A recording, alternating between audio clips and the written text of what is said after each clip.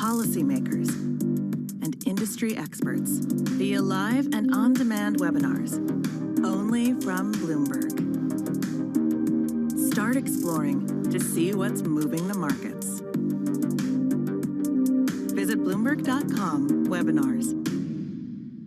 There is renewed global attention on the fact that the efficacy levels of Chinese vaccines have not reached the levels that we've seen from the mRNA vaccines in Pfizer and Moderna, and even Russia's vaccine. All of these have efficacy levels above 90%, but the Chinese vaccines are ranging between 60-something% to just below 80%.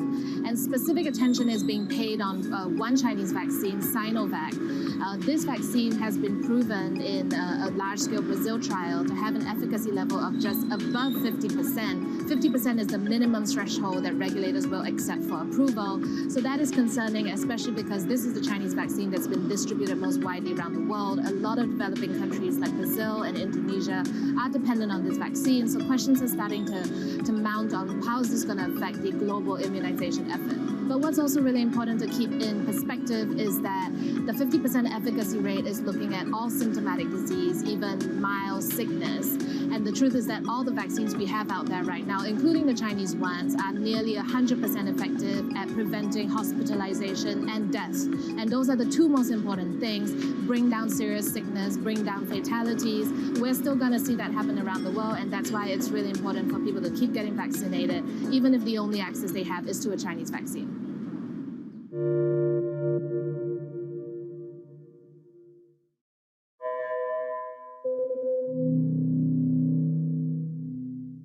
On Tuesday, Bloomberg Technology brings you a special look into the recovery and renewal happening in Boston. Hear conversations from business and political leaders, including Moderna co-founder Noubar Afeyan, Bain Capital co-chairman Steve Paliuca, and Boston interim mayor Kim Janey. Catch the Bloomberg Technology Special on Boston's recovery, Tuesday at 5:30 p.m. on Bloomberg Television.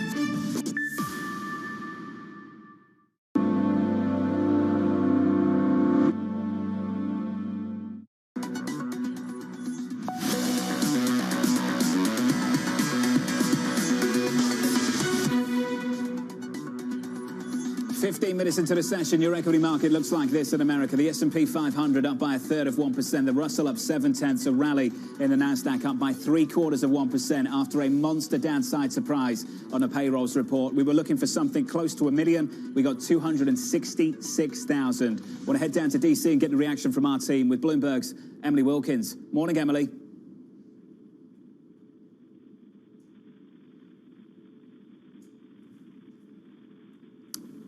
I think we have a problem with the connection down in DC. We're going to try and re-establish that with Emily Wilkins in just a moment. I want to turn and get you some movers as well in this equity market with the Nasdaq up 0.8%. Then I want to turn back to BlackRock's Rick Reeder and Mike Collins at PGIM2. Abby, your take on a price action this morning? Well, it's really wild, John, because again, earlier with the futures sharply higher, clearly a reaction to yields going down, that monster miss for the payrolls report, causing that haven bid, that fear back into the markets, and the idea that the Fed will be there. A quick return to bad news is good news. So those futures juicing higher, technology in particular, because of course yields lower, takes some valuation concerns off of technology. But then as investors, traders, folks, strategists consider these numbers, we've seen a real reversal, as you know. So the big move that we saw up for banks, or excuse me, technology, and down for banks, reversing. Tech up just slightly right now.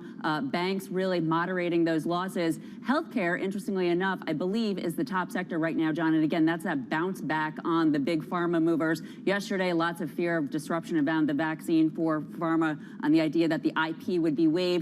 But with Germany's Angela Merkel coming out saying she opposes that, we have those vaccine makers bouncing, helping, again, the healthcare sector. An interesting day. It seems like anything could be possible through the close. Stay tuned, John. Abby, thank you. Looking forward to the price action through the day as well. I believe we've re-established that connection down in D.C. with Emily Wilkins. So let's get the response from Washington. Emily, your response to the numbers that dropped about an hour and 15 minutes ago.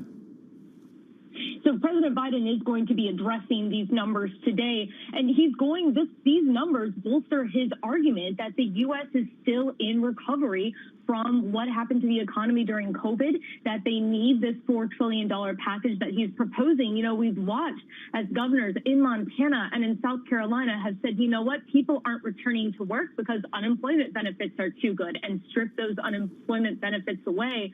The jobs report that we have today shows that even while the lawmakers in those states feel like things are returning to normal, that's clearly not the case across the country. So this gives President Biden something to talk about, another way to continue to pitch his plan to Congress on not only infrastructure, but also jobs and sort of helping people get back to the workforce. Let's get some more detail on that, Emily. This is the Republican talking point at the moment for governors from Montana, from South Carolina. The governor of Montana said earlier this week that the vast expansion of federal unemployment benefits is now doing more harm than good. The governor of South Carolina said what was intended to be a short-term financial assistance for the vulnerable and displaced during the height of the pandemic has turned into a dangerous federal entitlement. That's one part of the story. The other part, for anyone brought up by a single parent, they will know that it's very difficult for that single parent to go back to work if the schools are still closed. There are some issues we still haven't quite worked out here, Emily. What's been interesting for me is the governors of these respective states have made these decisions this week. We haven't had a forceful argument from the administration on why they should not end those additional unemployment benefits. Are we going to hear that anytime soon? I think today would be a day for President Biden to absolutely address that. As we're seeing this jobs report numbers come out, it might be that the administration, I think they were expecting, a lot of people were expecting to see much, much better job numbers today. And so the White House is having to be a little flexible with how they pitch this message of asking the government to spend more money, because they know the Republican arguments that the more money you give to unemployment, the more difficult it can be. They, of course, retort that that is an important safety net for millions and millions of Americans.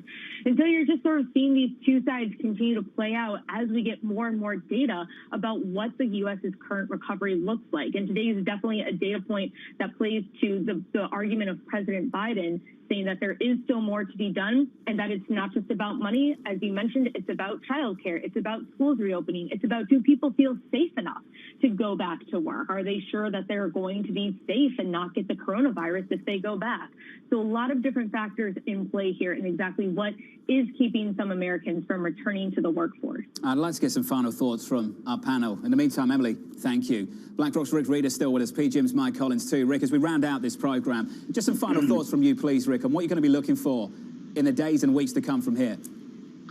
Listen, I mean, I think the big deal is going to be, what are we going to get in terms of the fiscal? Because that should be at the driver's seat of where you're going to get the changes that need to happen around spending for infrastructure, for education, for social conditions, et cetera. That's what's really going to drive it. Quite frankly, it'll be interesting to see how the Fed holds. I think the Fed should be in the back seat today. I thought they were brilliant, genius back a year ago. I think it should evolve. And I think it's now a fiscal story, and how that develops is going to be really important for economic growth from here, because that's the better driver today. What about you, Mike Collins? Yeah, I think anytime we have policies that disincentivize people to work, it's really a bad idea. But I think the inflation numbers are going to be really important, right? That's something that's on the minds of all of our investors and clients, and could really drive valuations in the markets. And we think you're going to have a big shift away from goods purchases into services, and overall the price levels might not increase as what we see priced into the markets, but we're watching the inflation data really closely. What a morning, an unexpected one. Gentlemen, thank you. Mike Collins of PGIM, Rick Reeder of BlackRock on this market. As Rick pointed out moments ago, the 30-year yield turning positive on the session. The yield curve actually steeper, 2s out to 20s. 2s out to 30s, we're up by about 2 basis points. 5s out to 10s, up about 3 basis points. The yield curve at the front end, if you just look at the 2-year right now, we're coming in 2 basis points off the back of this downside surprise. On 10s, we're down about 2 basis points too. The belly of the curve coming in 5, 6 basis points on a 5-year, 4 on a 7-year. What an interesting morning. For more on the sector price action, here's Abby. It's such an interesting morning, John, really all over the map. But at this point, the buyers, the bulls, are really trying to push through. For a moment around the open, it felt like the sellers were going to step up as the S&P 500 had ameliorated gains that had been up 1.5% to just fractionally. But now the S&P 500 up about half a percent. The best sector, interestingly, healthcare up 1.1%. That has everything to do with the recovery recovery in the vaccine makers. But right behind it, technology, communication services, and then discretionary. Those are your big tech and mega cap names that do well when rates are lower. Now, when rates had been down briefly 10 basis points on the initial announcement of that jobs miss, you had those technology names up, 1.5%, 2%. So off of those highs, only sectors lower, financials and industrials, so the reflation trade taking a little bit of a break. On the week, though, John, it's all about the reflation trade. It's all about energy, materials, and financials. Those are the top sectors, each up more than 3.5%. So really a mixed bag week. It's going to be interesting to see how it plays out for the rest of the day. Abby, thank you. 266 the number, 1 million the estimate. And the clues, as we look back now, we know the number. We're there in the ISM. They were there in the PMI. In the ISM by services, here are some of the comments that we learned earlier this week. The labour pool is tight. That was in accommodation and food. In construction, labour, the biggest issue. It was all over the place. Supply, dwarfed by demand. Logistics and supply cannot keep up. A labour shortage. What we need to try and understand is whether this report this morning was really a reflection of demand or not. Most people assume it's not, because it's inconsistent with some of the data we're seeing elsewhere, some powerful ISMs, retail sales, PMIs, etc. So if it is about supply, what is holding back labour? Is it still the pandemic? Still some issues getting back to work? Childcare? Or is it the entitled benefits that we've been talking about for the last 12 months as well? They're the issues we need to try and get our head around, and hopefully we'll get some answers from the administration in just a moment. Secretary Walsh joining us on Bloomberg TV and radio in just a few moments' time. Coming up on the programme, I'll bring the trading diary, get you the data through the rest of the day and into next week as well. From New York City this morning, good morning. Equities higher. This is Bloomberg.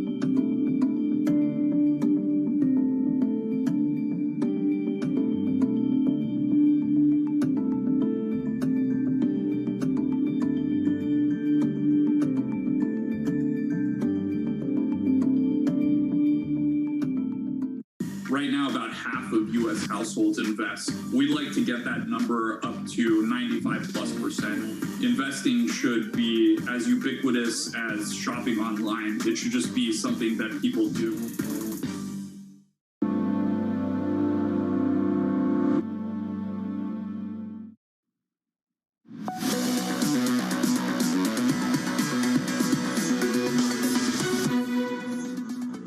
Five minutes into the session, your equity market up 20 on the S&P. We advance 0.5% on the Russell, up by about 0.6%. On the Nasdaq, up by about 0.8% there. The Russell 2253, the S&P 4220, your Nasdaq 13,737. Getting a lift off the back of seemingly a big downside surprise on a payrolls report. And a consensus view, the big takeaway in the last couple of hours seems to be that this is a jobs report that validates the Fed's current stance, both with the balance sheet and, of course, with rates as well. Neil Kashkari of the Minneapolis Fed really reflecting that view, saying this is why we are an outcome-based Federal Reserve and not a forecast-based Federal Reserve. That's the story in the price action. Here's your trading diary. What you need to be watching the rest of today and through next week. Wholesale inventories coming out at the top of the hour. President Biden speaking at 11:30. Secretary Yellen joining the White House press briefing at 12:30 this afternoon. Chicago Fed President Charles Evans kicking off a busy week of Fed speak on Monday. Later in the week, we'll hear from Presidents Daley, Williams, Bullard and Kaplan. On Wednesday, we'll hear from President Biden hosting a bipartisan meeting with House and Senate leaders. Plus, we get US CPI too. PPI coming out on Thursday and rounding out the week on Friday with retail sales. I'm pleased to say that Rick Reed is joining us for a bonus round here at BlackRock. Rick, we can't get rid of you. I'm happy about that. You're going to stick with us for a couple more minutes. Let's just get a conviction trade, Rick. We spent the last hour talking about the data, how you're positioned in cash. Haven't talked enough about where you are invested, where you're putting money and capital to work at the moment. Yeah, I mean, we're, the part of, sometimes it gets misconstrued. You say we're sitting on a lot of cash. You could still run long risk, and you could run, we talked about using convexity in the book, using call options to get long risk. I like equities. I think they're going higher. I think I love owning some of the cyclicals, the commodity companies. Financials have worked out well. I still own tech. I still like tech because I think there are parts of tech that have gotten crazy overvalued. But still, some of these FANGs, the numbers that we saw earnings-wise were incredible. And then, fixed income, we're still getting yield in securitized assets, still parts of the credit market. And then, we've been going a bit into emerging markets recently. It's one of the few places you can actually get some yield. And so we've been doing a bit more of that. So anyway, we like getting yield where it makes sense, not where it's silly at this point. And then, but then trying to, ride some equity upside. Rick, that's what I wanted to pick up on the equity side, just regionally where the bias is at the moment. All the talk of US running in the first quarter. The US won the first quarter. Second quarter was meant to be about Europe. Is that where you're looking to, across the other side of the Atlantic, out of the United States? You usually do pretty good research. Yeah, we have. I mean, we've been growing. We have a European bank position, but we've also been buying some of the industrials. There are places that are pretty encouraging. Italy, particularly. That you've got a Mario Draghi running the country now. You've got real. I mean, after the program to get more money into Italy, and you've got from vaccine evolution. So yeah, there's some places we've been doing more industrials. It's harder in Europe to find enough that are quote European companies, i.e., don't sell internationally or not international companies. But yeah, Europe's been a place where we've increased the weighting and actually reduced a bit of the U.S. We're still long the U.S. But yeah, Europe's been the place we've taken more of the exposure recently. Rick, I know you've got to run. I have to say thank you. I never want to get rid of you. You know that. Rick Reeder at BlackRock. Through the air on a payrolls report. Hey, Rick, it's always good to catch up. A big downside surprise on a payrolls report in the United States of America. Wall Street looking for something in and around 1 million. What we actually got was something way south of that, 266. Joining me now on Bloomberg TV and radio is Marty Walsh, the U.S. Secretary of Labor. Secretary Walsh, it's great to see you again. Great to catch up. Let's just start with the payrolls report, and I would love just to get your initial reaction to a big downside surprise, at least for many of the people on Wall Street. Yeah, we added 266,000 jobs this month. Under normal circumstances, that would be a great month. When you look at the last 3 months here in the United States, we've added an average of over 500,000 jobs per month. And that's a change from the previous 3 months where 60,000 jobs were added. We still have a steep climb. We still have ways to go.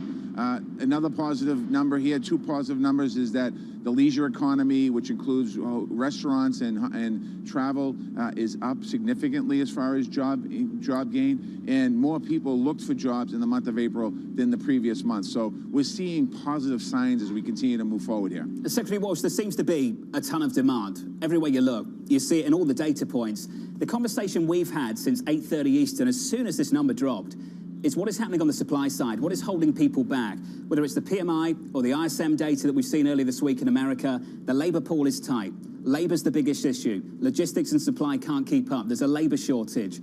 In your opinion, in the administration's opinion, what do you think is holding back the labor market at the moment on the supply side, not on demand? Well, I think what's happening is, in some areas, these industries have gone from 0 and they're ramping up to 100 overnight. And I think that, again, it's about getting people into these jobs. I think that's going to be key as we move forward here. I think that there are some barriers still. People still are concerned about the virus. We have issues around childcare. We have issues around schools are open in America, but some are hybrid, where people are learning in person, some are learning outside.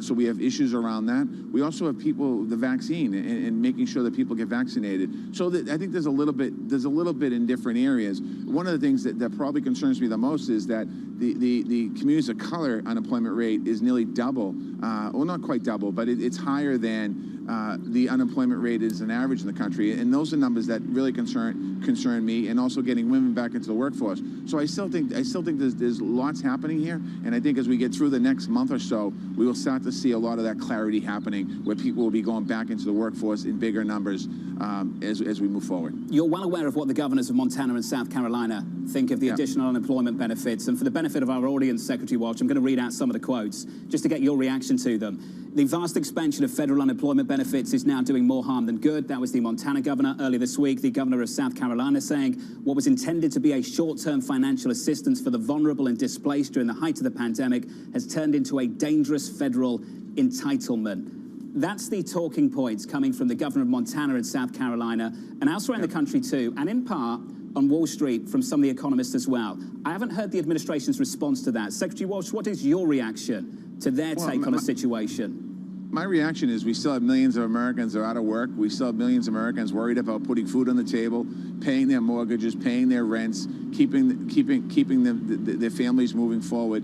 And there's still concern here. There's been lots of industry as well in this country that have disappeared. Businesses and companies that people work for disappeared during this pandemic. So again, we still, as I mentioned earlier, we still have a steep hill to climb, and we're going to continue to climb that hill as we move forward here, and can hopefully work to get every American who wants to work back to work. And that's the goal of the president. That was the goal of the American Rescue Plan. That's the goal of the administration. That's my goal here at the Department of Labor, to continue to add those numbers and get people back, get the economy continuing moving forward. People won't be surprised that that's your position. And often when someone comes on a program like this, Secretary, I will say to them, how will you know if you're wrong?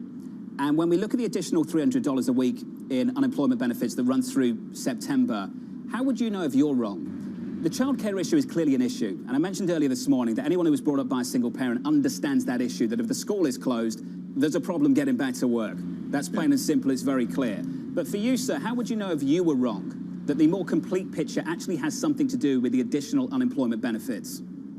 I mean, I think I talk to the American people every day, and when I'm out talking to people, I mean, there's concerns with childcare, there's concerns with education, as far as schools not being open. There's also concerns with people's personal health. They're concerned about the virus, they're concerned about their family. There's concern there, and I'm not saying that's the only reasons. But you know, when I think about the unemployment, thank God we had unemployment, because of what the economy would have happened to the economy if we didn't have the unemployment insurance program during the CARES Act, when they gave additional $600, and during the rescue plan where it's $300. It's significantly less than what it was under the first plan that went through Congress. And again, as we think about recovering, I'm not focusing on unemployment. I'm not focused on unemployment benefits. I'm focusing on how do we get these sectors opened up again. And we're working to make sure these sectors are opening up. That's what the president's focused on. That's what his team is focused on, making sure that we open up these sectors. And again, there's some good highlights and bright spots in this report today. We're seeing the retail sector picking up. So again, to answer your question, how do I know? I'm not sure. I guess I can give you an accurate answer, other than saying that unemployment is important right now, still in America, for too many Americans. The governors of Montana and of South Carolina are looking to remove these benefits. I don't think it would surprise anyone if other states followed in the weeks to come. Have you spoken to them, Secretary Walsh? Have you talked to them this week? No, I haven't talked to them yet. I know they've been having contacts with different people in the administration, I believe.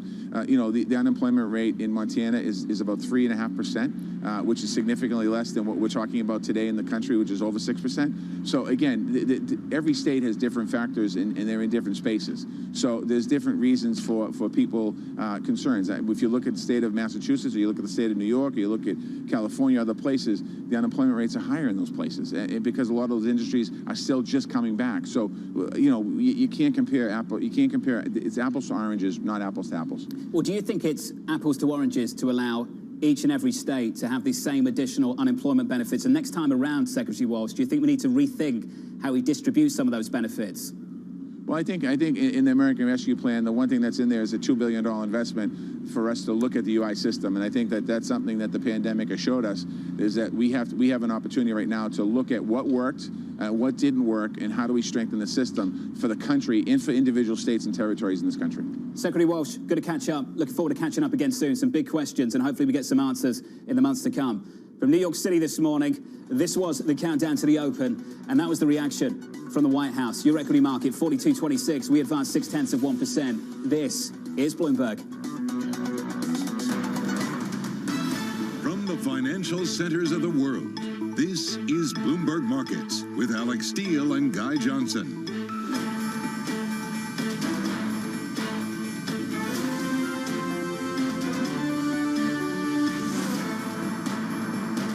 I think we all know that now. Massive miss in terms of the payroll number. It's a little after 3 p.m. in London, and it's a little past 10 a.m. over in New York. We're well more than 30 minutes into the U.S. trading day now. I'm Guy Johnson in London. Alex Steele is over in New York. Welcome, everybody, to Bloomberg Markets. Alex, a massive miss. Wall Street got it wrong. The economists got it wrong.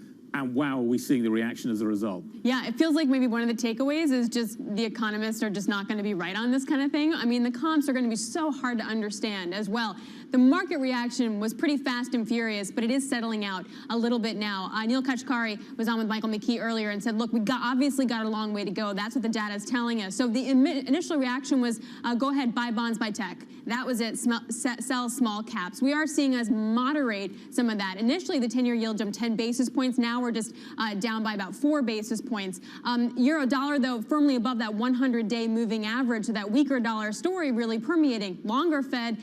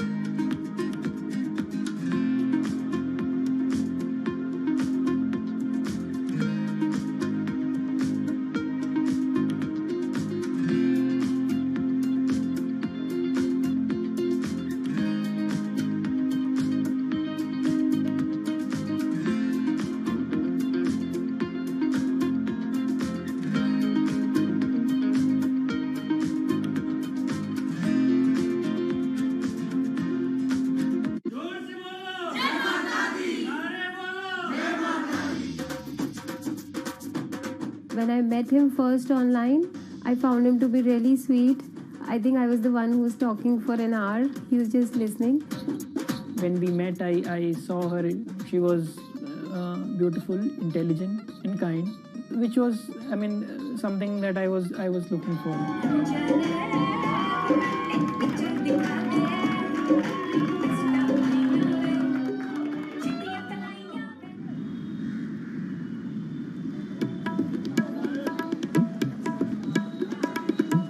Anshu and Sumit are one of about 12 million couples that get married in India every year. Unlike their parents' generation, they're not from two close villages, but from two cities on opposite sides of the country. And their love didn't start through community matchmaking, marriage brokers, or classified ads in newspapers, but began online. So we met through jeevansathi.com. So it's basically an online portal where we have detailed profile of different grooms and brides. It makes a lot of remote profiles who are located in distant areas more accessible.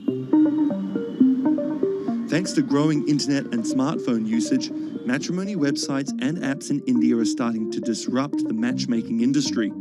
More and more people are finding their partners at the click of a mouse. jeevansathi.com, where Anshu and Sumit met, is one of the biggest players. Young Indians looking for love set up profiles including their caste and horoscope, but their criteria for choosing spouses appears to be changing. We have seen the shift from, traditional caste community conservative parameters to something like which is more focused on education, employment. Anshu and Sumit's marriage was initiated by their parents, but modern Indian couples like them have more input than previous generations. We looked up to them to agree for the proposal, but it was primarily our decision that we wanted to be with each other. So what's the emoji like you use the most to send to each other? There's a bear which basically we use for indicating a hug. Yeah, that's our language basically. Bear icon for a hug. Time flies when you're in love, and just 1.5 months after they first met online, the couple got engaged. They decided to hold their wedding less than 3 months later.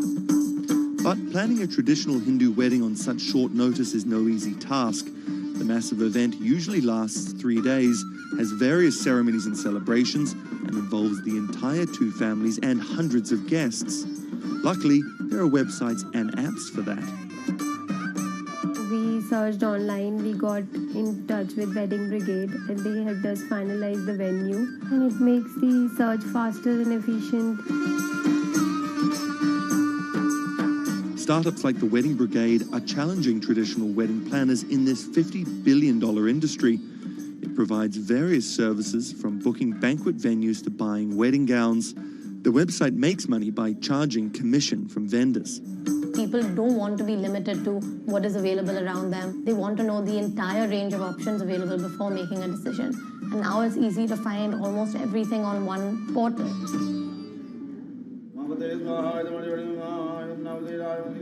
Anshu and Sumit are officially married in a ritual that has gone on for thousands of years, but their love started in a very new way. Technologies might be changing the way couples meet, date, and get married in India, but they're definitely not changing everything. The technology was only the first level help that we could get to find each other. Everything else was like very humanly and emotions and feelings there.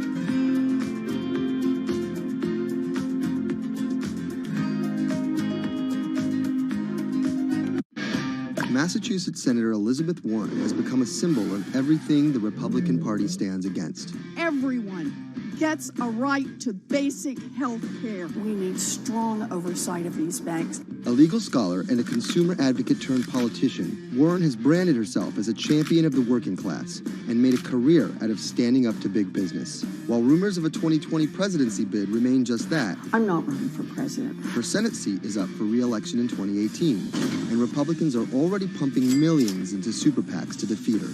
This is the story of how a law professor and politician came to be seen as the biggest threat to Republican values and the greatest hope for progressive America.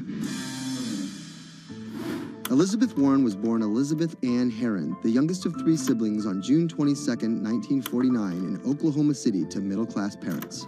After waiting tables to help her family pay the bills, Warren became a star on the high school debate team. She landed a scholarship to George Washington University at the age of 16, but 2 years later dropped out to marry her high school sweetheart, Jim Warren. By 1980, Warren was a mother of 2, divorced and remarried, had earned a bachelor's degree from the University of Houston, a juris degree from Rutgers, and practicing law in New Jersey. Warren then went on to become an influential law professor, teaching, lecturing, and publishing highly cited work on bankruptcy and commercial law at 7 universities around the country, eventually settling at Harvard Law School. But Warren wasn't always a liberal lion. Elizabeth Warren used to be a Republican, actually. That's Stephen Dennis. I'm a Senate reporter for Bloomberg. Around the time that Elizabeth Warren switched parties, she became a fierce opponent of a Republican drive to make it much harder to file for bankruptcy. She fought that for a decade. It ended up passing anyways. While her efforts ultimately failed, her warning calls were heard in 2008.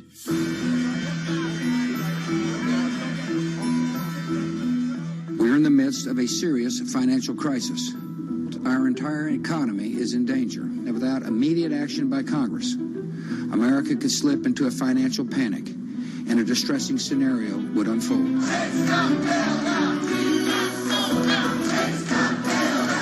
Professor Warren was tapped to help with oversight in the government bailout. She would excoriate bankers and their bonuses and their practices. Why should the U.S. taxpayer alone carry Citi? She proposed a series of tough regulations, which became the basis for much of the Dodd-Frank financial law that we have today. That sort of catapulted her to national stardom, particularly among the progressive left.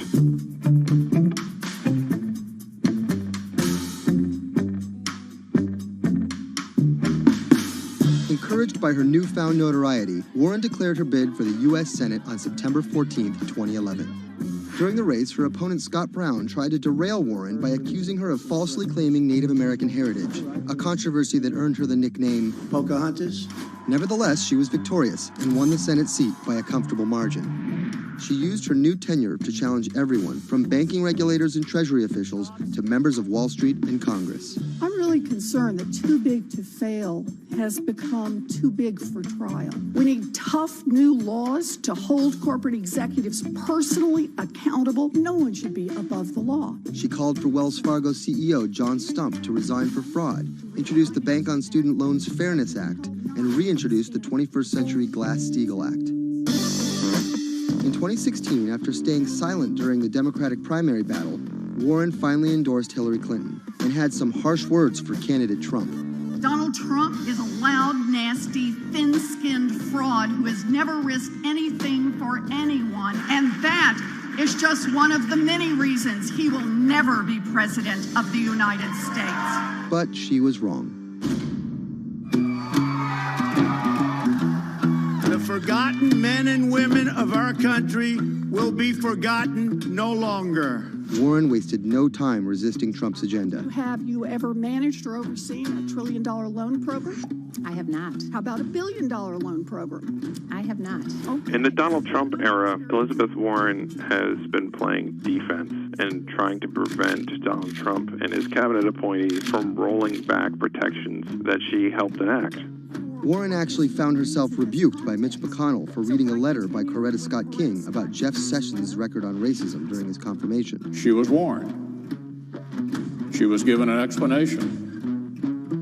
Nevertheless, she persisted. That moment became something that's on T-shirts, bumper stickers, slogans, and that really galvanized a lot of support for her. It's been very hard for Republicans to get much of anything done this year, and that's at least in part to this resistance movement that Elizabeth Warren has helped champion. We are here to fight back. Enough of Elizabeth Warren. Like you. Millions of dollars are being funneled to defeat Warren in the midterm elections in 2018. But it's the rumors of a 2020 presidential bid that has further prompted powerful donors to fund her opposition, often using the same playbook of constant and ruthless ad campaigns that many believe helped Trump win in 2016. It's anyone's guess if she will endure what Hillary could not. You know, the question for Elizabeth Warren is whether she can go from being a liberal firebrand to somebody who can regularly get 60 votes for initiatives in the Senate and 218 in the House and drive an agenda, and whether she can bring together coalitions for political victories. That's the challenge, and we'll see what happens.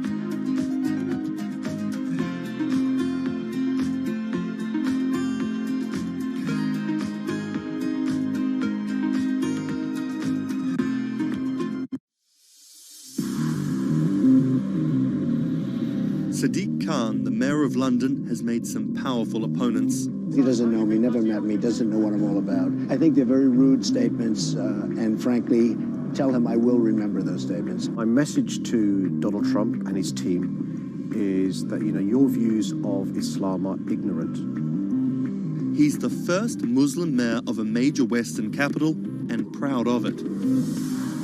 This is how Sadiq Khan went from the son of Pakistani immigrants to a lawyer, lawmaker, and now the mayor of London.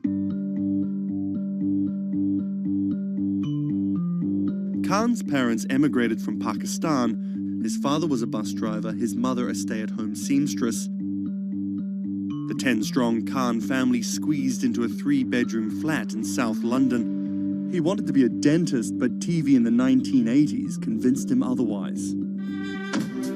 Objection! LA law, with its swagger and ill-fitting suits, caught Khan's eye.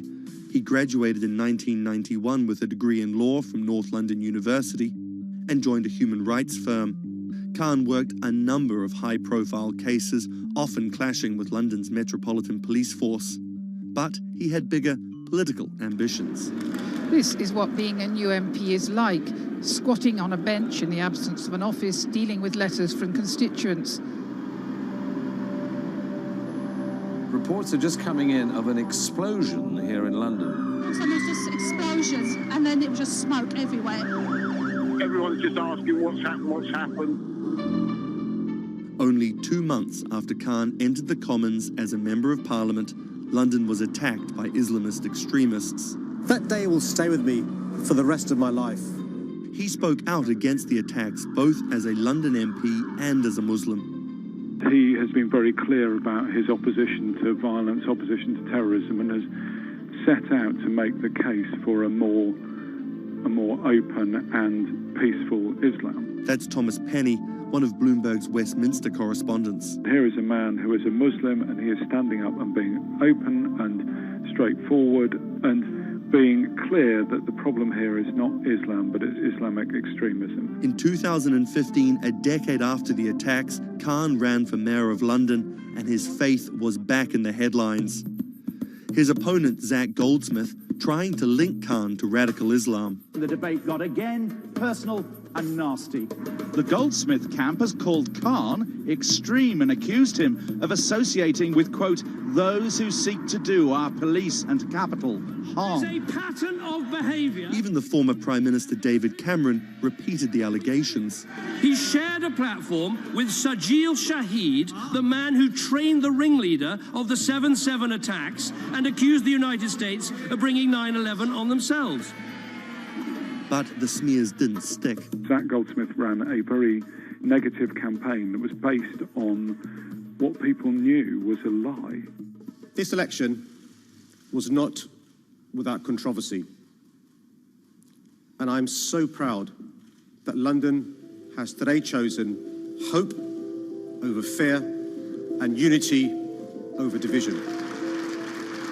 After taking the mayor's office with a comfortable majority, Khan has brought a business-like efficiency to the role, scrapping expensive vanity projects like the Garden Bridge and the new Routemaster buses, which cost £350,000 each. The former lawyer who used to fight the police in court is now praised for his close relationship with them. I was talking to a very senior police officer in the Metropolitan Police who said there was a sea change when he went into City Hall, and the police were saying how much they welcomed this because they knew where they stood and it was more straightforward to work with. So he works like a lawyer, he works like a government minister. Khan's kept his faith at the fore. He's an outspoken voice for moderate Muslims across the world. Donald J. Trump is calling for a total and complete shutdown of Muslims entering the United States. Now, by giving the impression that Islam and the West are incompatible, you're playing into the hands of the extremists. The ongoing spat between Khan and US President Donald Trump escalated when Trump went after Khan, misquoting him on Twitter just hours after the terrorist attacks of June 3rd, 2017. Khan's now one of the most prominent Labour politicians in the UK. In fact, a recent poll of Londoners found Khan was more trusted to keep the country safe from terrorism than the Prime Minister or the Labour leader. His story of going from the son of an immigrant bus driver to the mayor of one of the greatest cities in the world plays well with Londoners. But can he appeal to the rest of the nation? Has Khan got his eye on the top job? And is the UK ready for a Muslim Prime Minister?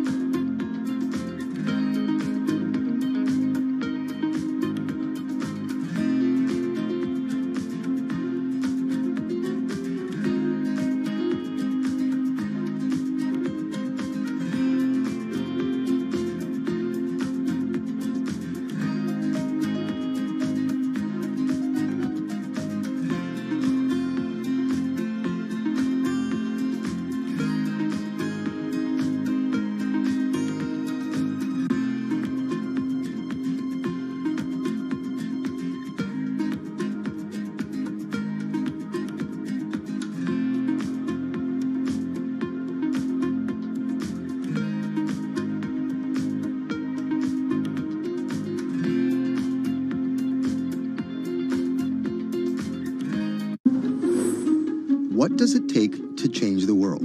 A big army? A cure to a pandemic? A revolution? All of these take either a lot of people, thousands of hours, or massive amounts of space. But for Julian Assange, all he needs is one room, an internet connection, and the world will listen. Assange is located here, and more specifically, right here. And from that location, he's posted government secrets, classified documents, and leaked emails from some of the world's most powerful people. And in doing so, has been labeled a hero, a villain, a nihilist, and everything in between. This is how an Australian programmer sequestered in the Ecuadorian embassy in London became one of the most influential and notorious people in the world. Born in 1971 in Townsville, Australia, Assange has always been on the move. Living in over 30 homes by the time he was in his mid-teens, Assange, along with his mother and half-brother, finally settled down in Melbourne. His introduction to hacking started at 16 when he was given a Commodore 64, which he attached to a modem. He attended the University of Melbourne, where he studied programming, physics, and mathematics. He never graduated, but that doesn't mean he didn't get an education. By 1991, Assange hacked into the Pentagon, U.S. Navy, and other branches of the U.S. government. In 1996, he was caught by the Australian Federal Police and charged with over 30 counts of hacking and computer-related crimes. He didn't get any jail time, but he was fined $2,100. I think the first taste of what would come later was the hacking that he did as a young programmer, and that really sort of foreshadowed a healthy skepticism of the use and abuse of technology by governments. That's Vernon Silver. I'm a reporter for Bloomberg's investigations team. Assange's youth as a hacker laid the foundation for him to start WikiLeaks in 2006. But what is WikiLeaks? It's a website that posts unfiltered, usually classified documents. What separates it from every other media outlet is that they have no editorial hierarchy. With a publication like the New York Times, information comes in, they take that information, package it, then disseminate it for the public to see. WikiLeaks, however, cuts out the middleman. WikiLeaks gathers information, most of it given to them anonymously. So what they're doing is really very simple. They get the information in one end from who gives it to them and out the other with sometimes minimal interference. Julian Assange is the leader of that, the mastermind, the creator, and really, because he thinks of it as a journalistic enterprise, the editor-in-chief. But every story starts with a source, and Assange has some unconventional sources. Julian Assange does not hack as far as we know. He is the recipient of people who are either insiders who give him secret documents or hacked emails from a foreign power. That's Eli Lake. I am a columnist for Bloomberg.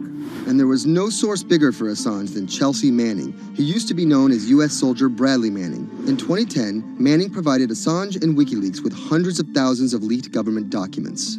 WikiLeaks quietly began releasing the documents in February of 2010, then made big headlines in April by posting what is now known as the collateral murder video. Come on, fire!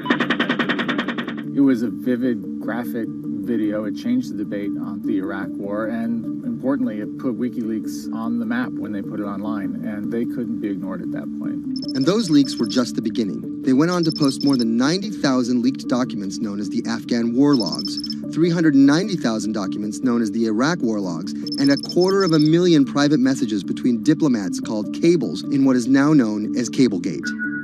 These leaks were met with very real ethical questions. The problem with publishing those cables was that a number of confidential sources for U.S. diplomats who faced real danger when their names were exposed.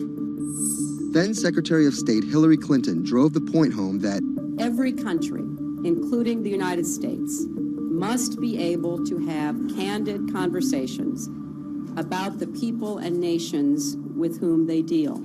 Shortly after Cablegate, the Swedish government issued an arrest warrant for Assange on allegations of rape and molestation. He claimed the allegations were fabricated to get him extradited to the United States, a claim the U.S. government denied. Either way, Assange's next move was to seek refuge in the Ecuadorian embassy, which really was the beginning of the new chapter in his life and what we're dealing with now, which is him being stuck in London. What was supposed to be an office in an embassy is now Assange's self-imposed prison to this very day. But that doesn't mean he's slowed down. Since being trapped at the embassy, WikiLeaks has released files about Guantanamo Bay prisoners, Syrian political figures, and the draft to the Trans-Pacific Partnership. And then came the 2016 U.S. election. Thousands of leaked emails showed Democratic Party officials possibly plotting against Bernie Sanders in his race against Hillary Clinton. Over the course of 68 days, WikiLeaks released 20,000 confidential Democratic National Committee emails. In terms of the presidential race, if you look right here, when Assange released the first batch of emails, Trump actually takes his first lead against Clinton. I think we've had enough of the Clintons, in all fairness. Once WikiLeaks started exposing secrets of the Democratic Party, Julian Assange became a hero to many on the right. Public opinion kind of flip-flopped. WikiLeaks. From the emails, we now know Hillary Clinton's campaign manager makes risotto, and also how the DNC squashed Bernie Sanders' campaign. One thing we don't know is who gave Assange the stolen emails in the first place. Many leading Democrats say they suspect it was the Russians.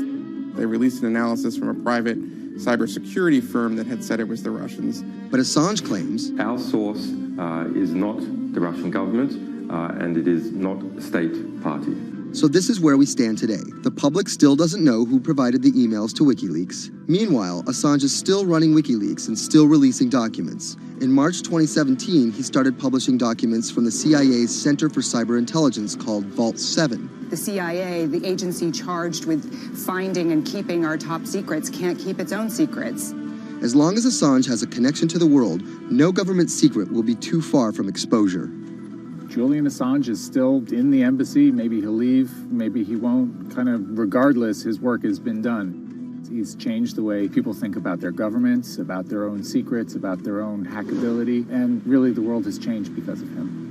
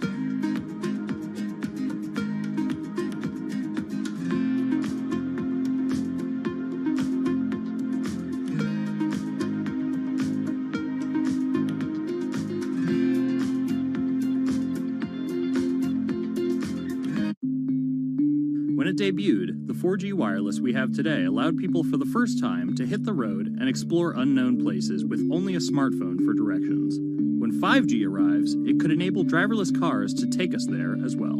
5G stands for 5th generation mobile networks or wireless systems. It's insanely fast and can accommodate a lot more connected devices. But the reason it's being called revolutionary is because 5G will allow connected devices to speak to each other as well as people. Right now we're living in a world where really it's a one-way experience. That's Bloomberg tech reporter Ian King. The network talks to your phone, you look at your phone and access data, then you send something back to the network. What we're being told about 5G is that really for the first time we're going to see machines communicating with each other over mobile networks in a meaningful way. 5G could end up being 100 times faster than what we have now, with speeds that could reach 20 gigabits per second. In plain English, that means downloading a full-length HD movie in seconds.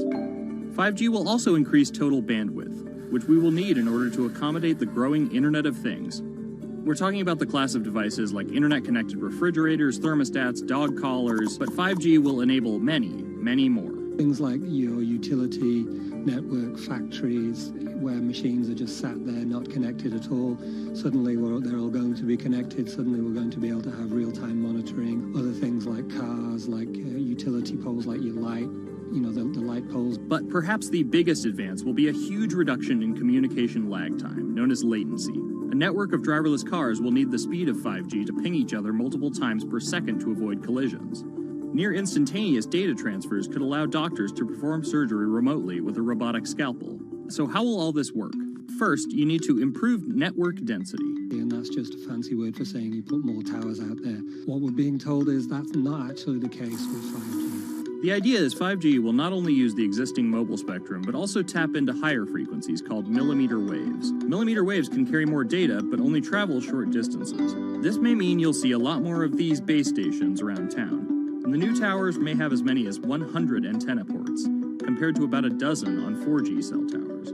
So when will we get 5G? Getting 5G ready is expected to cost providers $275 billion over 7 years in the US alone. Look for the first 5G service to pop up in big cities sometime in 2019.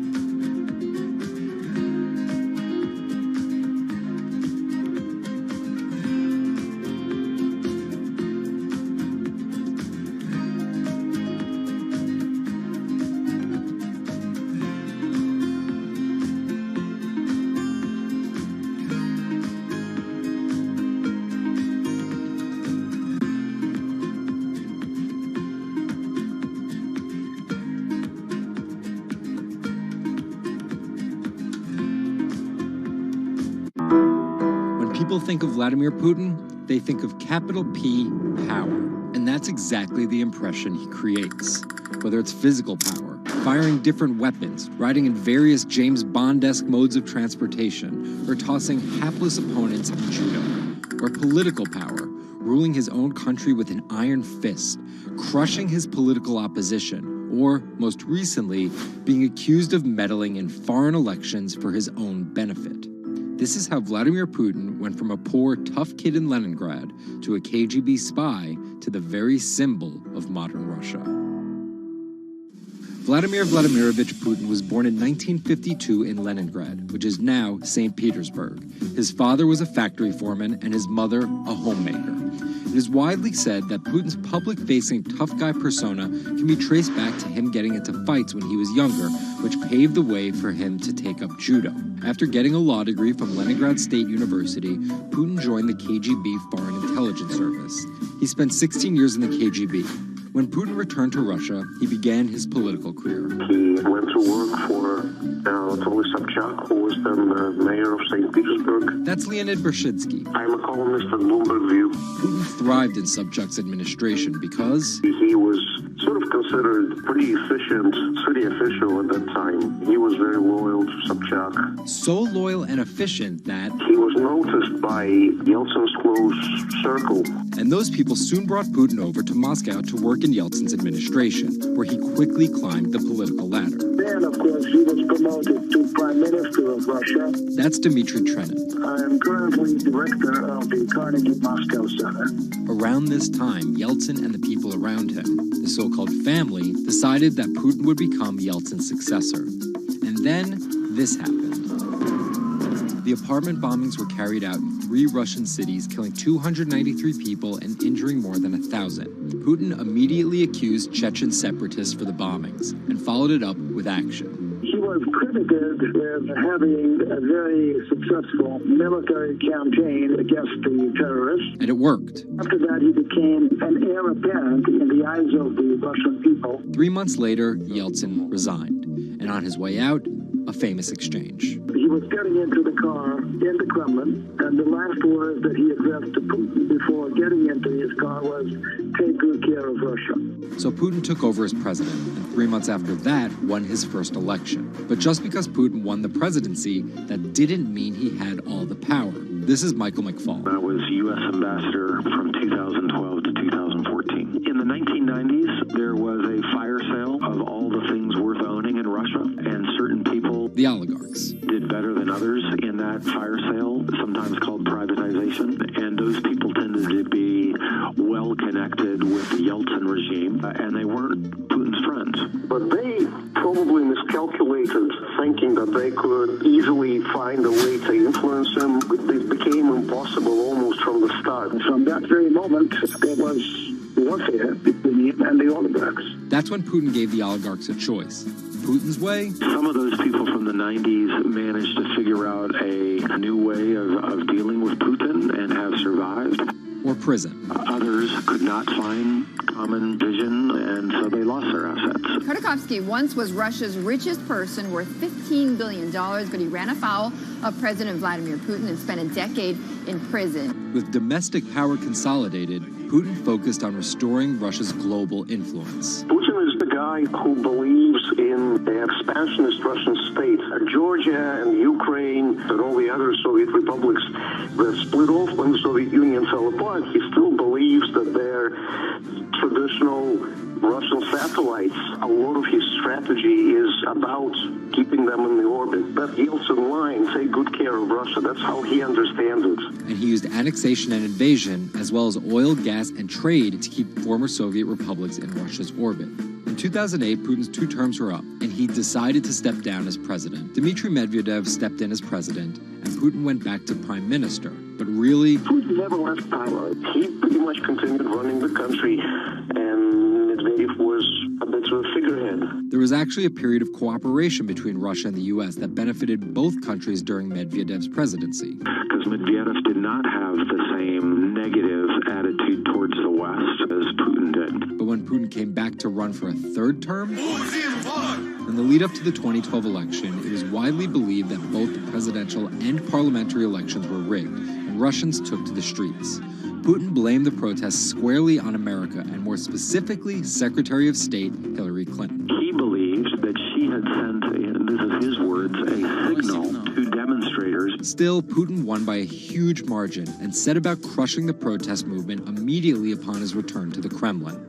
Over the next few years, Russia's economy tumbled. Putin annexed Crimea, leading to sanctions. The price of oil fell drastically.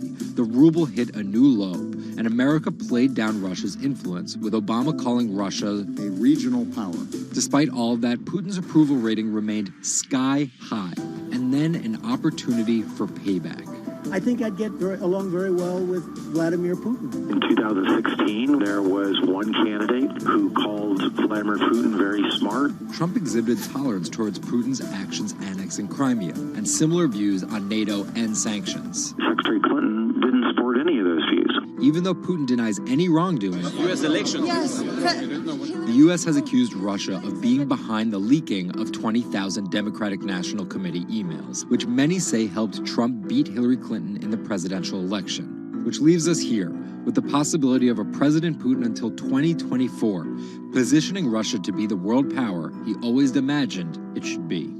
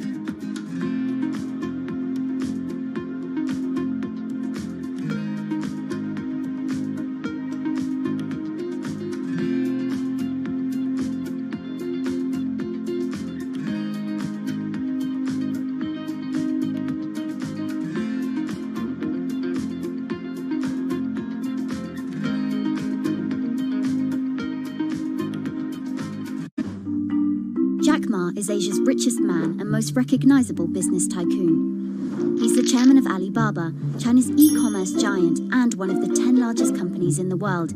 Yet he still wants more. We know where we're going. We want to be the 5th largest economy. Big words from the man some call Asia's Jeff Bezos. He's confident, he's charismatic, and he's definitely not the average CEO.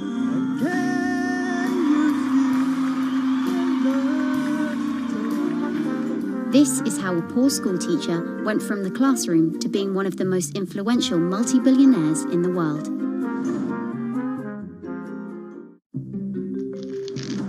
Ma was born in China's southeastern city Hangzhou in 1964. His parents were traditional musician storytellers. As a teenager, he started to learn English from foreign tourists after China opened up in the late 1970s. And then for 9 years, Jack Ma hung around outside the Hangzhou Hotel, which is now called the Shangri-La. He would get up at 5 a.m. to talk to travelers. That's Bloomberg technology reporter Lulu Chen. And I cover China Internet for Bloomberg. Ma failed China's National University entrance exam twice before being admitted to local teachers' college. He graduated in 1988. He applied for 30 jobs and got rejected, including from the fast food giant KFC. When KFC came to China, come to USA, 24 people went for the job. 73 people accepted. I was the only guy. Then Ma got a job at a local university and taught English there for about 5 years, earning just $15 a month. On the side, he started a translation company with several friends. During a company trip to the US in 1995, Ma had his first encounter with the internet at a friend's place in Seattle. I searched the first word beer. I don't know why, because it's easy to spell, baby. And I see beers from Germany, beers from USA, beers from Japan, but there's no beer from China. So he searched for the word China instead and still couldn't find anything. And that got him thinking. He wanted to build something that would put China on the world's map. He started China Pages, a Yellow Pages-like website, but it didn't take off. Then Ma joined a government agency in Beijing to help set up a website. By 1999, the internet stock boom had gripped Wall Street, and back in his Hangzhou apartment, Ma decided to try again. With his wife and a group of friends, Ma raised $80,000 and set up Alibaba, a site that allowed businesses to sell stuff to each other.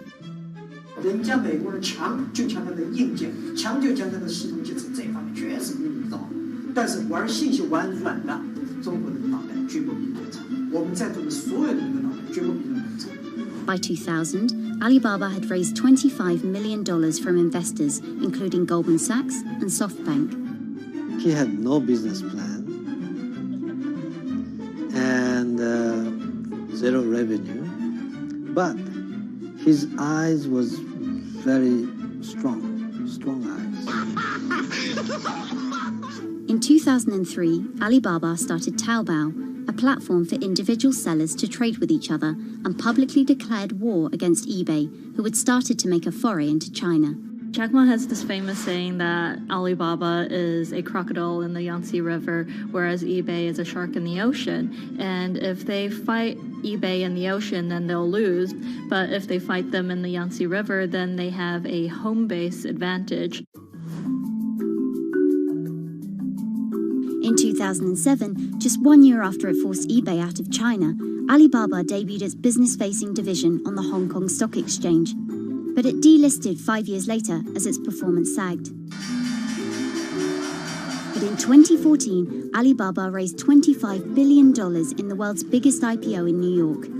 Everybody should have a dream. What if that dream comes true? After achieving dominance in the business of e-commerce in China, Alibaba has been building an internet empire worth $472 billion, with businesses in cloud computing, online video streaming, movie production, healthcare, sports, retail, and even news media. Alibaba buying into South China Morning Post really raised eyebrows. This is the largest English newspaper in Hong Kong, and it shows that Jack Ma's ambitions weren't limited to e-commerce. He wanted to influence not just Chinese users, but also overseas users as well. The US has criticized Alibaba for allowing companies to sell counterfeit and poorly made goods, but in China, it enjoys the favor of China's government. It's part of Ma's company philosophy. In love with the government, but don't marry with them. Jack Ma is an extremely fortunate man for jumping on the internet sector so early. Note that this is a person who has no coding skills at all. He's a natural showman and a gifted public speaker and really able to convince others to believe in his vision. Ma's vision of growing Alibaba to be the world's 5th largest economy faces strong competition at home and abroad. It will require more than just naked ambition and charisma, but Ma is great at getting himself in the right place at the right time. So far, it's served him well.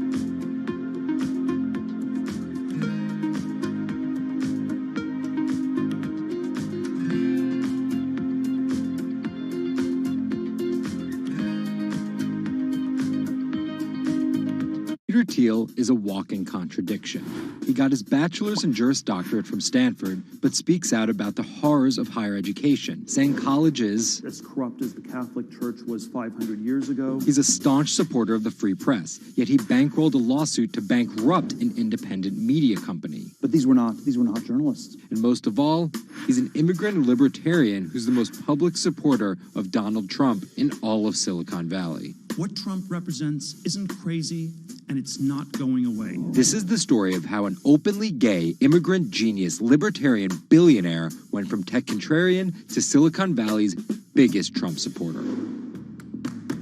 Peter Thiel was born on October 11, 1967 in Frankfurt, West Germany, to Suzanne and Klaus Thiel. Peter's family emigrated to Cleveland, Ohio when he was 1. An Ayn Rand devotee during his youth, Thiel attended Stanford University majoring in philosophy.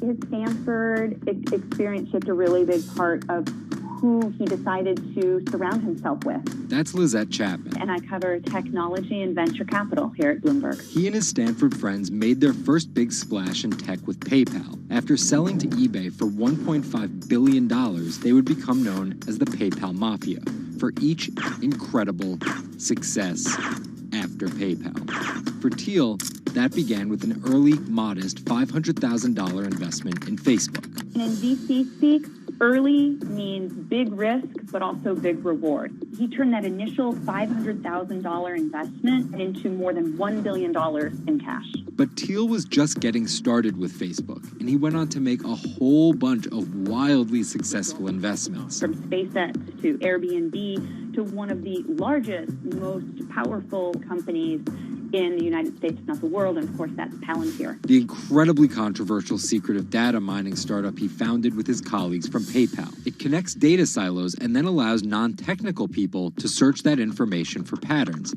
Data like financial information, feeds from video cameras, biometric details, passport information, flight manifest. Palantir doesn't talk much about how they collect this data, who has access to it, or what they do with it. But they have contracts with the Department of Homeland Security and the CIA and the Department of Justice and the Securities and Exchange Commission and several other federal agencies. It's the richest company you've never heard of, valued at $20 billion.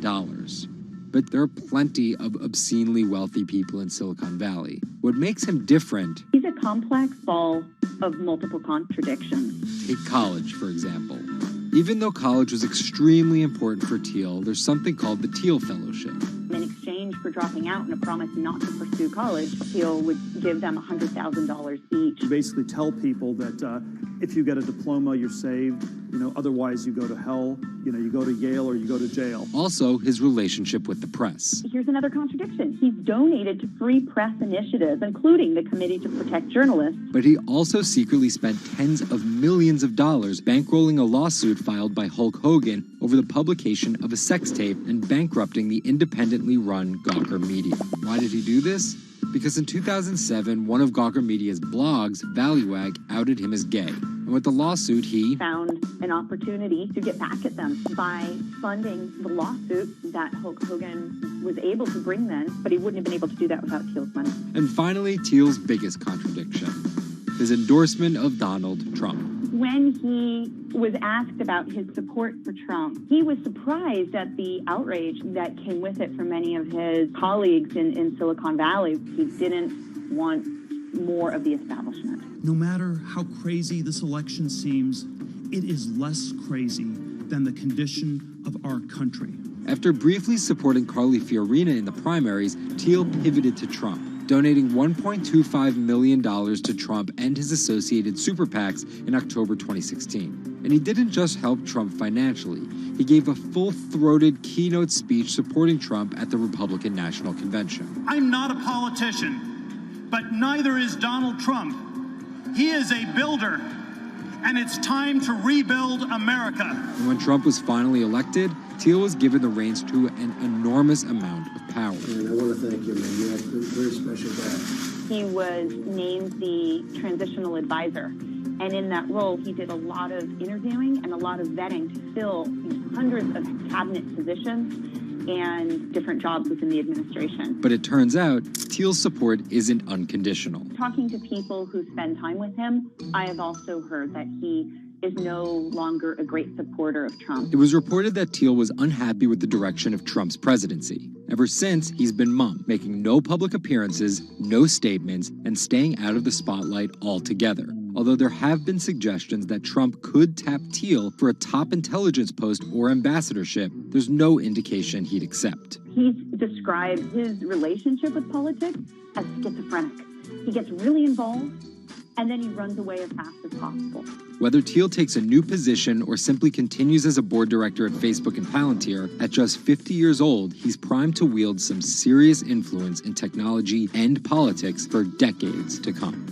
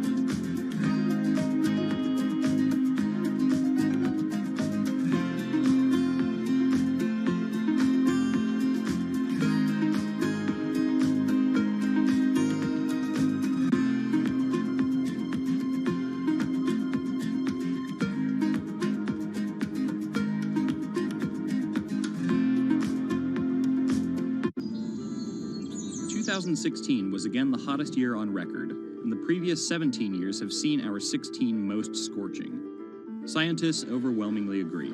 Global warming is the culprit. And it's just getting started. Ice caps, extreme weather, wildfires, droughts, and the hits keep coming. What are we doing about it? In 2015, the world took its boldest step yet to stem climate change with a historic accord in Paris. But now comes the hard part. Nations must change energy policies and invest huge amounts of money, and they will likely do it without the United States. President Donald Trump announced on June 1st that the U.S. would withdraw from the accord. The reality is that withdrawing is in America's economic interest and won't matter much to the climate. Here's the situation. Decades in the making, the Paris Agreement united the U.S., China, and more than 190 other nations in a push to limit fossil fuel pollution. The UN-sponsored plan secured pledges to cut greenhouse gases, the emissions that trap heat in the Earth's atmosphere, in an effort to avoid the rising seas and other environmental disasters that climate models predict. But even if all pledges are met, the globe is expected to warm by as much as 3.4 degrees Celsius this century, more than the UN target of well below 2 degrees. Meeting the Paris Agreement means that governments will have to offer more incentives for clean energy, scale back support for fossil fuels, make emissions more costly, and reduce deforestation. It's estimated that the deal will require $13.5 trillion of spending through 2030. Here's the argument. Unlike past climate pacts such as the Kyoto Protocol, each country set its own Paris targets and then promised to revisit and improve them. The U.S. was primed to play a lead role in climate change, but Trump's energy independence executive order reverses Obama-era rules and directives put in place to combat climate change, and expands production of coal, the dirtiest fossil fuel. The resulting policies threaten the global fight against climate change. Without the U.S. commitment to emissions reduction, other countries may join it in abandoning the Paris Agreement. This could make it almost impossible and even more expensive down the line to stop climate change. Optimists argue that the shift to a lower carbon future is already underway. Businesses, cities, and U.S. states, such as California, are already investing in wind and solar and taking other steps to make it work. I've actually been called an environmentalist, if you can believe that.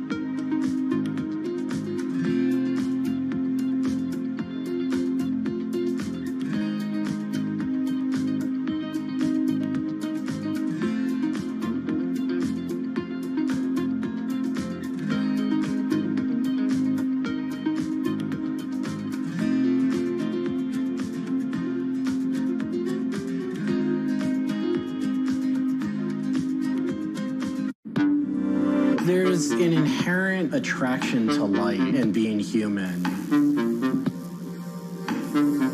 And I think on a very deep psychological level, light is this way in which we experience the energy surrounding us in a very personal manner. My name is Matt Dilling. I'm the founder of Light Bright Neon Studio, and we manufacture, produce, and restore neon works of art and design.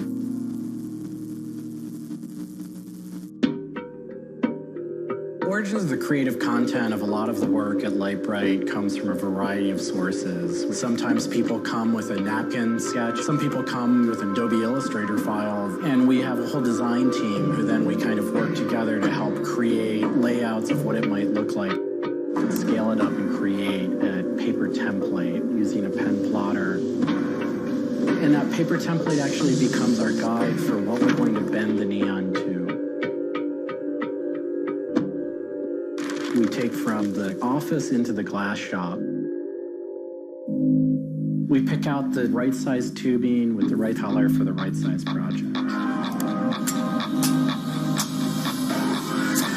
From there, we heat up the glass tubing. The torches heat the glass well in excess of 1,000 degrees in order for it to get into its molten state.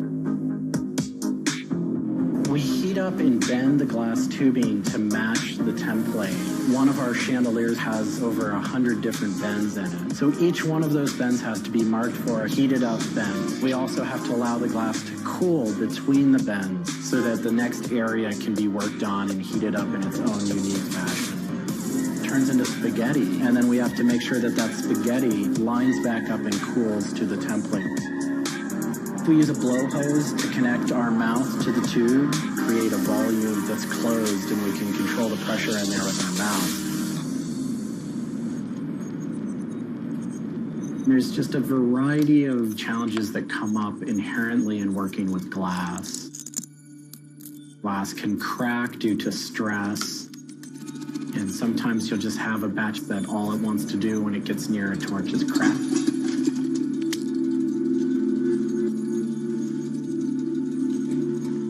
After we've bent various components, we have to go in using the crossfire or the hand torch and actually weld all of those pieces together.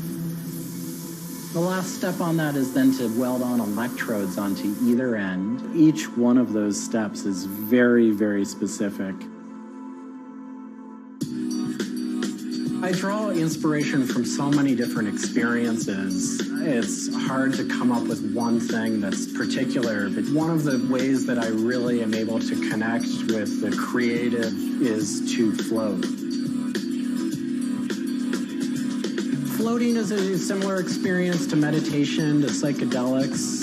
Going into a blackened room and laying out in a body of water and salt that's heated to your body temperature, and it allows for all sort of external stimulation to fall away. And your internal world really begins to bubble up and manifest. You really get to experience a different relationship to your mind.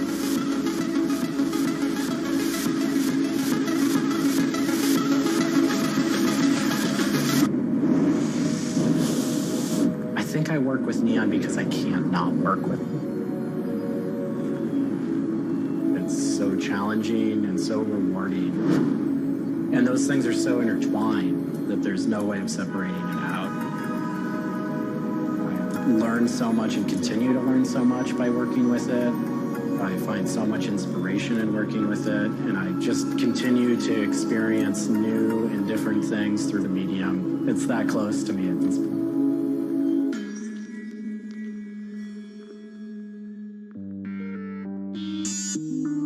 Once the neon tube is completed, we have to hook it up to our manifold for bombarding.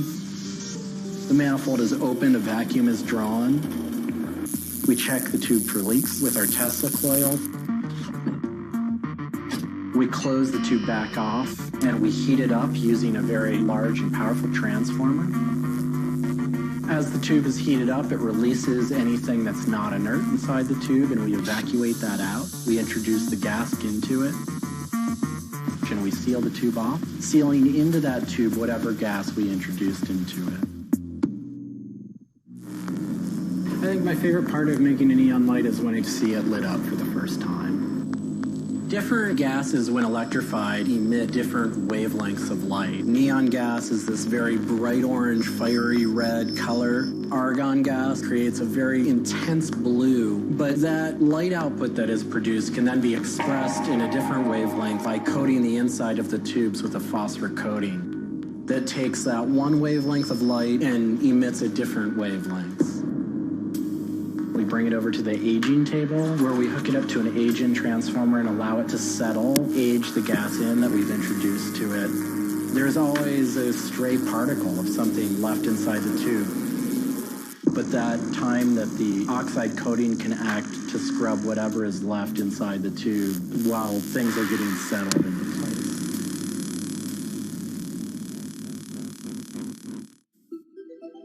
Once the tubes are aged in, we move on to our process of assembling two halves of the fixture together in a jig, gluing up the center of the fixture to its spindle. Once the adhesive dried, we would connect the wires from the fixture together into a transformer, and we turn on power and it lights up.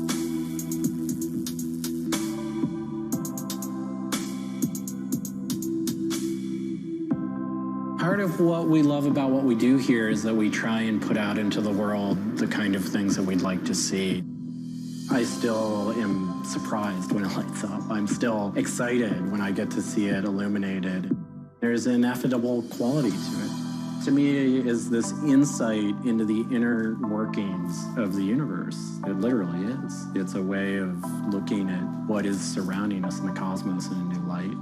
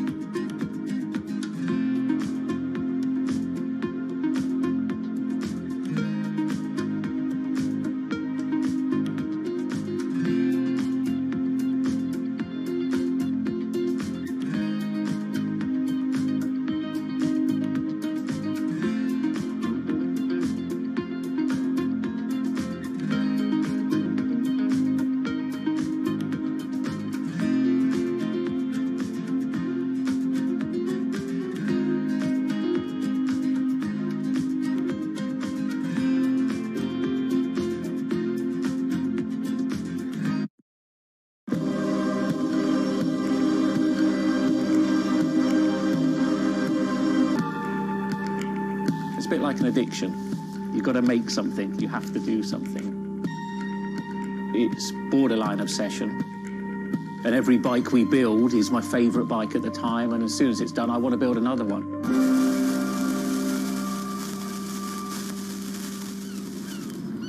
Sven cycles is something I've been thinking about ever since I started cycling in my late teens.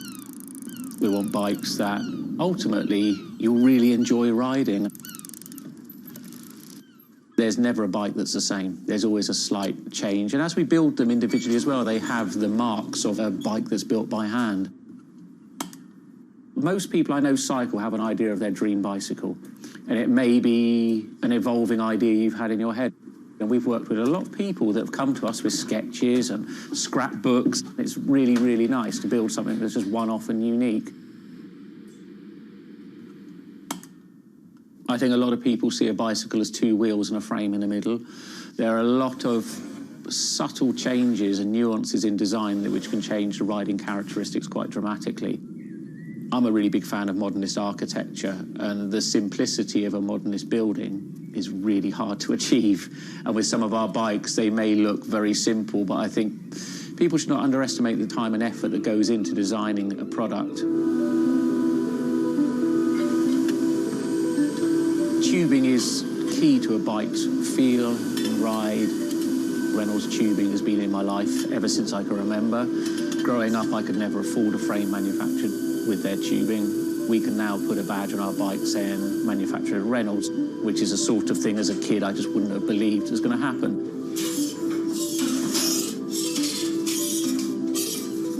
Every part of the bike has a specific tube. It's not universal. The first thing we do is get the tubes out, check they're correct, check the wall thicknesses, sand the edges, make sure it's all really clean, because if it's not clean, the tubes won't join together correctly. We build in steel because I still believe it's one of the best materials to use. It's been used in bikes since the late 1800s, and they're still using it now for a very good reason. It's the flexibility that we can replace the tube, repaint the bike, and you wouldn't know it's damaged. I just like working with it. It's very sculptural. This isn't sort of aerospace precision engineering. It's a steel rule and a marker. So when we're cutting the tubes, it's within a mil or two. But what we're trying to do is take the best from bicycle building in the past and add a little bit of modern flair to it.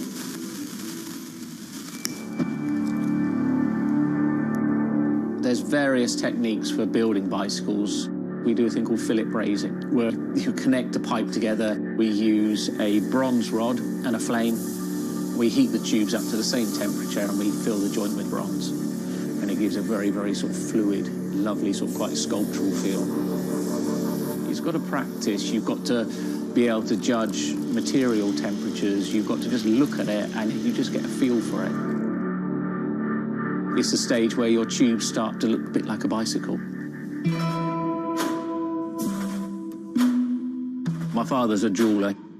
He'd make sort of very pretty things, which are lovely, but for me, they don't really have any function. What I love about bicycles, you can start on a Monday with a box of tubes, you can be riding it by the weekend, and it can last you for the rest of your life.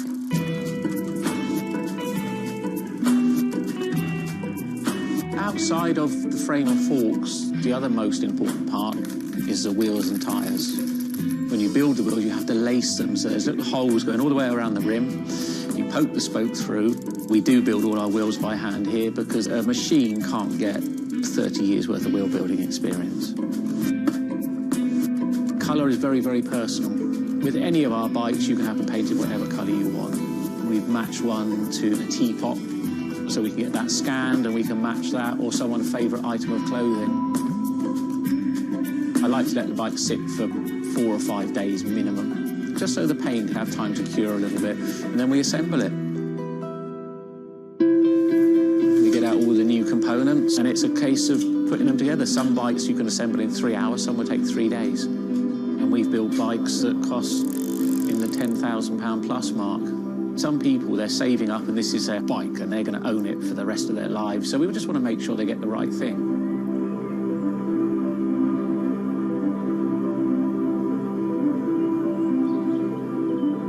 I think the bike for me was the first time I had some freedom. So as soon as I had one, I was off. A lot of people still get that thrill as when they were a kid blasting down a hill, wind going through their hair. It's fun. Everyone has their favourite jacket or something that just makes them feel good. If you've got a bike that fits well, you actually feel part of it. Building bicycles as a creative outlet is fantastic. It's not something you do because you're going to get a big paycheck at the end of the day. You do it something you have a passion for it.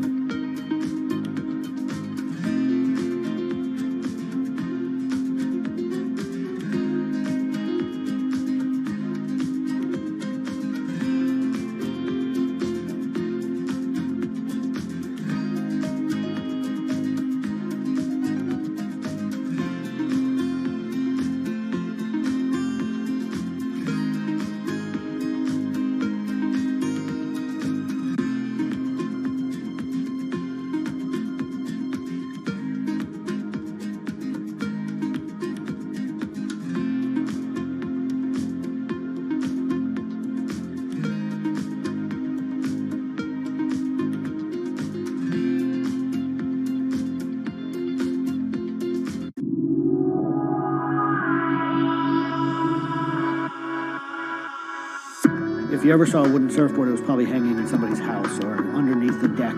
But kind of in the last 10 or 15 years, wood has made a big comeback. They surf wonderfully. It's beautiful and it feels great to be on one of them.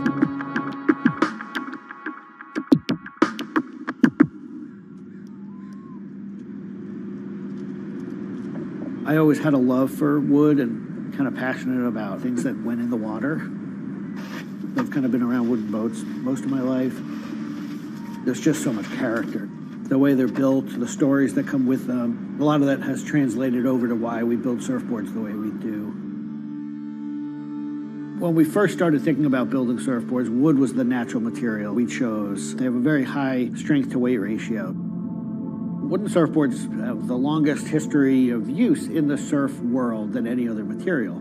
People have been surfing wooden surfboards since kind of the first documented history of people riding waves. The board starts in CAD, where we take a 3D model, break down the shape, and kind of create frames and templates and all the inner parts of the board that we get cut on a CNC machine. We take those frames and we just pop them out, assemble the frame into kind of a skeleton. We go out to our lumber shed, pick a bunch of cedar, and bring them into our mill shop, put glue along the edges, clamp it all together into a panel. Everything's book matched. You have symmetry in the colors and texture of the wood. Cut your outline. Take our assembled frame, gently put it down right on top of the plank.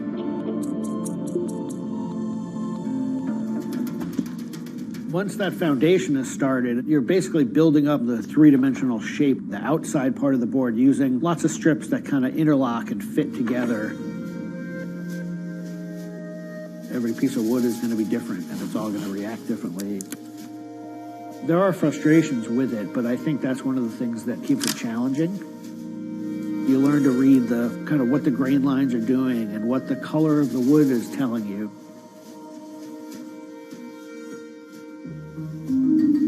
Once those rails are cleaned up, we put our top planks on. It's a little bit like putting a lid on a box. It's like, this is it. Whatever's inside that board is staying inside that board. And by tensioning some rope, you can clamp the two together. It's like a time capsule.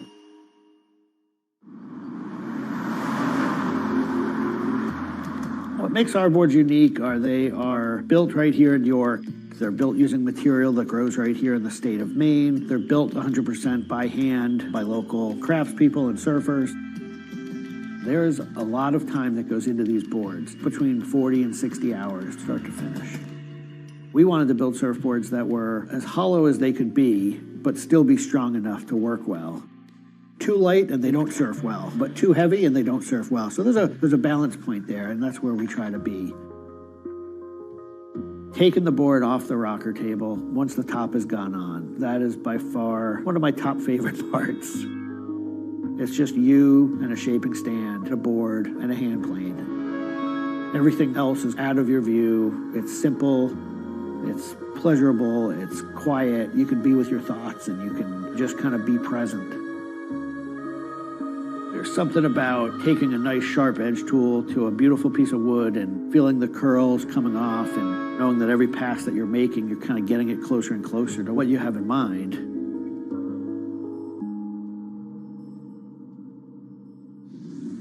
Once we've shaped it down and the board's looking like it's supposed to look like, it's time for it to go into the glassing room.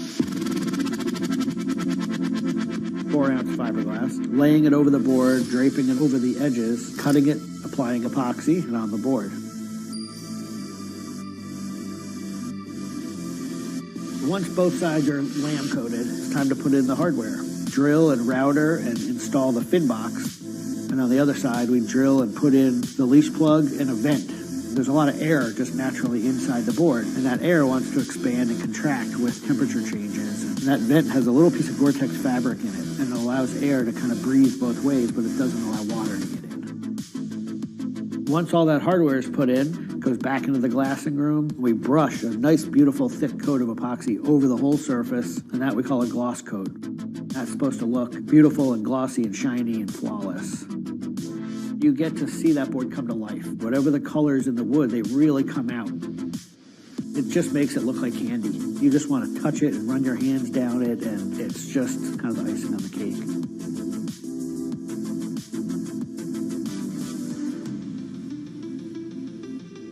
Once everything is hard, we put it into what we call the oven, get that epoxy to cure, really kind of bake it, and just get it to harden. Put in the fin, screw in the vent, and ship it out. We just love the idea of building something that's sustainable and long-lasting and made by hand. Kind of gives you a deeper connection to the product over something you might buy on a shelf.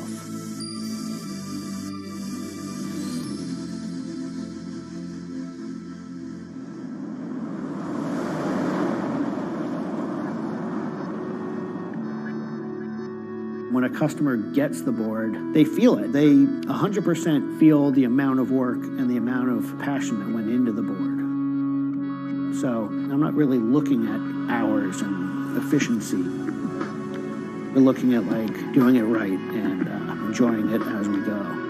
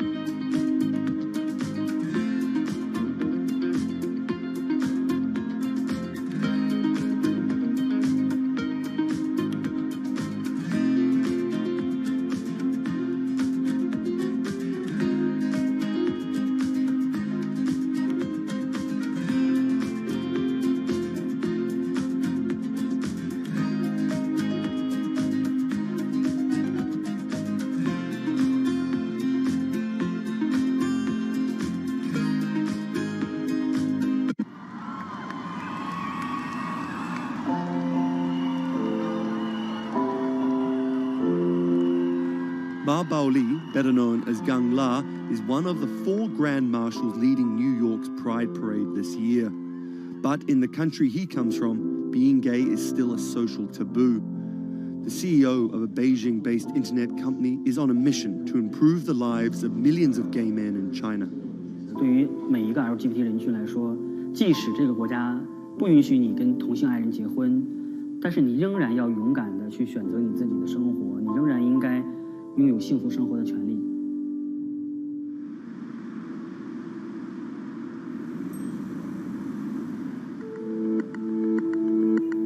Ma's company Blue City runs an app and a website specifically for gay men. Blued is one of the biggest gay social networking apps in the world, with an estimated 30 million registered users. Unlike most other apps, Blued is more than just dating or hookups. 大家可以在我们这个软件里面找他自己的情感，然后可以阅读相关的内容，然后可以进行一些娱乐，比如玩游戏啊，比如看直播啊等等。Back in 2000, when Ma studied at a police school in northern China, he realized he didn't feel like everyone else. 因为他们都找女朋友，然后谈恋爱，但是我对长得好看的同性的男生，我反而觉得对我更有吸引力。所以那个时候我就到互联网上去找这样的一些资料，然后希望能够告诉我自己我到底是谁。互联网上所有的信息都是负面的，都是错的，就是说同性恋要电击疗法，要被治疗，然后要吃药等等。After visiting some foreign websites with different attitudes to homosexuality, Ma created his own site for a Chinese audience, encouraging people that 他们也是正常的，他们不用自卑，然后也不用自杀。Even though attitudes towards homosexuals are slowly changing in China, it's still a social stigma.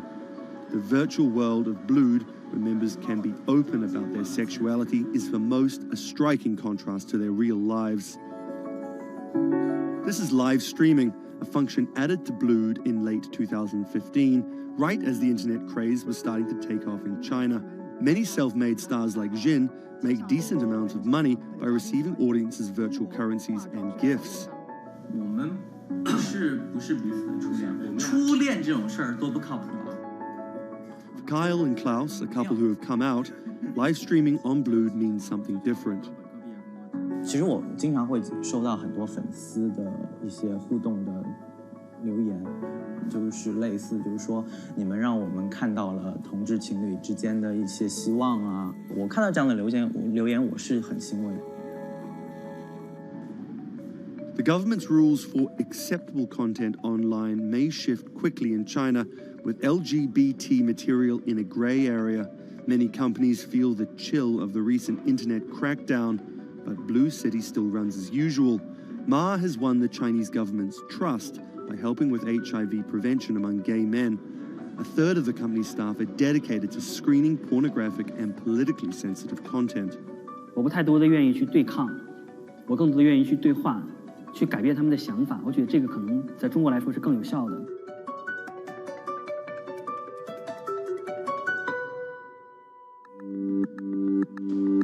In the past 5 years, Blue City has grown from a team of 7 people to a promising business with about 250 staff. Ma said the company earned over $15 million last year, mainly through advertising and selling virtual currencies to live streaming audiences. Now the company is expanding overseas. 我希望吧，通过我们的努力，布鲁蒂能够成为全球第一家在美国纳斯达克或者是纽交所上市的这样的同志互联网公司。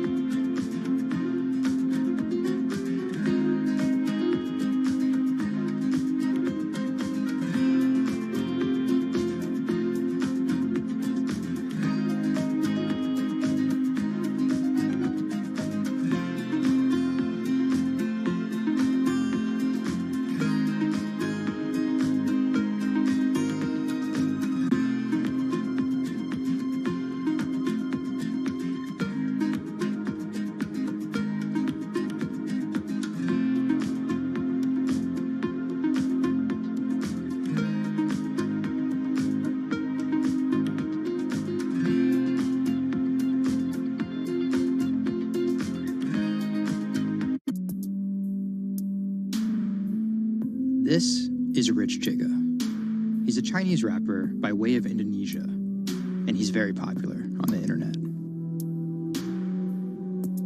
This is Joji. He's a Japanese-Australian singer, and he's also very popular on the internet. Plus, Joji invented the Harlem Shake meme. Let me say that again. This guy, Joji, in the blood bathtub, invented the Harlem Shake meme. But we'll come back to that. So Rich and Joji are both signed to 88 Rising, an entertainment company hoping to build a lasting global brand that will outlive singular moments of virality. They primarily create content combining Asian culture and hip-hop, a formula that apparently pleases the internet gods greatly. They've only been around for 18 months, but they're already putting up major label numbers. I think that we have an unprecedented collective of talent, a group of like predominantly Asian artists, you know, really like making waves globally, which from an independent point of view as well. 88's founder, Sean Miyashiro, cut his teeth launching Vice's electronic music channel, Thump.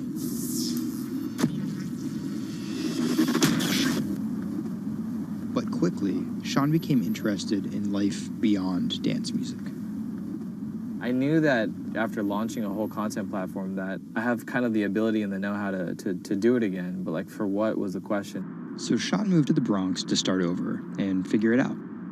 He couldn't afford an office space, so he worked out of his car at the top of a grimy parking garage. Everything kind of started here. If you look around, this is my environment. This is my serenity, really. 88 Rising was built here. Built on the grounds of LA Fitness, residence in a parking garage. I was living in the Bronx. I'm just like, damn, where the hell do I go? So I just come up here and I I just kind of figure things out every single day. Being like, okay, what the hell is this thing? Coming here was kind of like my own kind of private office, basically. Like, to be honest, I would even go to the bathroom here. I would like take pisses here, you know what I mean? Like, it was, it's just too far to go back down there. When I need Wi-Fi, I'd spend a good part of the day at Dunkin' Donuts. Hi, how are you? Can I get a chicken snack wrap? Before 88 Rising officially launched, Sean caught a surprise break in the form of a Twitter friendship with a funny 16-year-old kid from Indonesia named Brian, who taught himself English by watching Rubik's Cube tutorial videos on YouTube. Seriously, that's true. I thought his Twitter was genius, from the future, just crazy, and like just the shit that he was saying, like the memes he was making. But I didn't know that he rapped or anything like that. I really didn't, and he came up with that stick like 2 weeks later. 12 in the morning, pop shells for a living and baby gon' smell blood trail every minute, bro. Dat Stick was Brian's first ever attempt at making a rap song, and it immediately went viral. Everything was great about it, but the one thing that I noticed is the song was hard as hell. Just like everything about it, man. Just like, it was menacing, bro. Soon after the video dropped, Brian signed with 88 Rising. I'll FaceTime with Rich. Sorry for calling you Rich Chiga on my phone, Rich. Brian, he gets like super pissed off that he's saved in my phone as Rich Chiga. He's like, dude, am I not a human to you? What's good, bro? What's good, brother? How you doing? Doing great. Let's do the sound check. How was it? It was tight. So, Brian could definitely rap, but some viewers understandably took offense at a Chinese kid satirizing rap cliches and calling himself Rich Chiga. But if a group of well-known rappers saw the video and genuinely liked it, that could at least help validate Brian as a legit hip-hop artist. Plus, it could be really funny. It was just kind of an idea that I just had on the spot. Everything that rappers say is better and funnier and smarter and wittier. You know, it's just more entertaining. We just edit it as tight as possible, put it up, and it really worked. Yo, this nigga got a pouch on a Reebok pouch. This is the hardest nigga of all time. You said when you come for a trigger like me, that was dope. Like, it's just lit, and I think people will take it as a joke at first, but it's like if he ran with that and kept doing more videos like that, it's just lit. You know, I'd never been to America before, and like all of a sudden, it's like I see like all the rappers that I listen to just like reacting to my stuff, and I was like, what? How did this happen? The reaction video also went viral, and even led to a remix of Dat Stick featuring Wu-Tang's Ghostface. I'll get on that track. You know what I'm saying? Yeah. Really, on the remix? Yeah.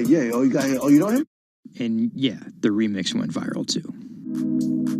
Brian has since acknowledged the misstep in his name and claims he may change it. But for the time being, he's still Rich Chigga to his fans. An ever-growing global audience, hungry for more releases from emerging talent around the world. I didn't know that it was gonna be this impactful and this important to people, and I'm very thankful and blessed that it has. And every day now that I wake up, it's like it's just like a new mission every day. A major part of that mission involves Joji. Remember the bloody bath guy? He's a former YouTube personality in the middle of a career transition. The sound of this song, Will He, it's like a trap song that you can like slow dance to. Awkward prom shit, you know what I mean? I used to do crazy episodic internet videos. It was going well, and one day it was me and a few friends just in a room. We were casually chilling, and then someone plays the song, and it's brand new at the time. I happened to have a lot of costumes laying around, so I told the other guys, I was like, get in these costumes and let's just dance to it. Like, who cares? We were like, okay, let's just go crazy at the drop. So that video goes up. I go to sleep, and the next morning, everyone's doing it. Like, next morning.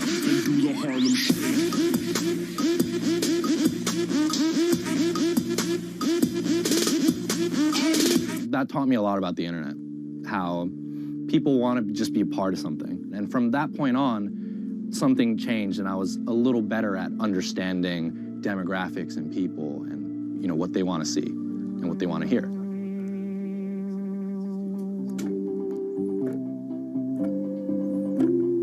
I was friends with a couple other artists who were affiliated with 88, and then I also started to realize that 88 is the bridge between Western and Asian entertainment, and I really wanted to be a part of that.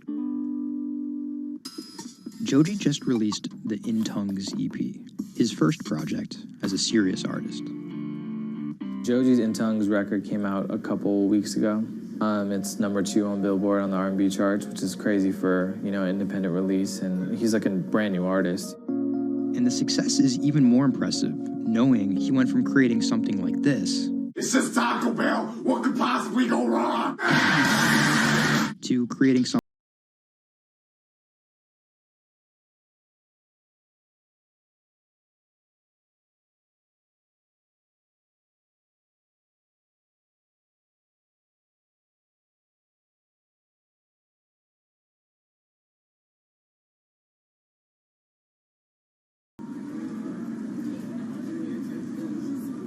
Tonight, Rich Chigga has a show in New York City. Tickets sold out in an hour. I came here, I'm first online. I came here at 1. I was the third person online. So why'd you get here so early? Because I want to see Rich Chigga. I want to touch him. What do you guys think of Joji? He's hot. That's my dad, son. You guys cop the new EP or like? Yeah. I woke up at 6 in the morning just to cop that shit. And then I listened to it, and that shit started making me cry. This is actually kind of exciting. Every time, this never gets old. Like, you live online and social media, but like, there's nothing like just being with the people.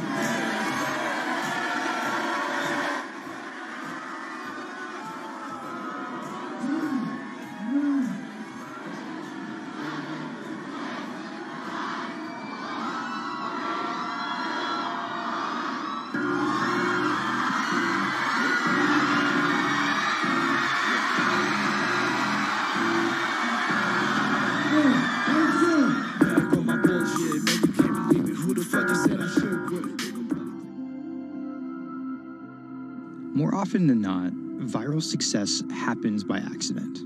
And then after an appearance on Ellen or Jimmy Kimmel, the creator's star power fizzles out. But Idiot Rising has figured out how to turn potential gimmicks into brands with an actual following that keeps coming back for the next thing. Oh, shit!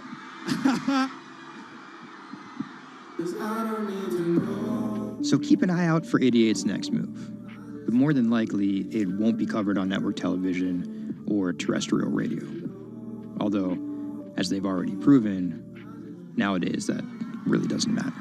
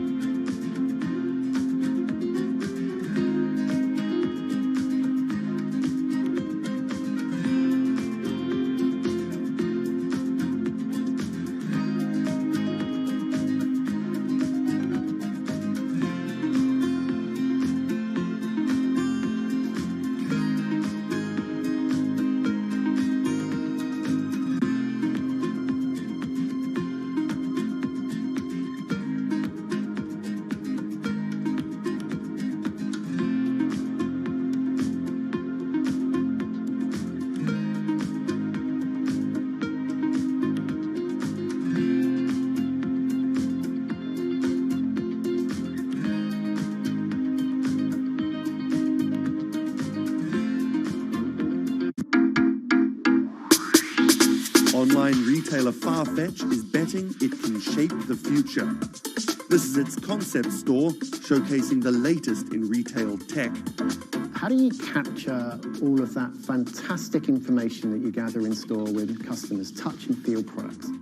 And we created a concept called the connected rail.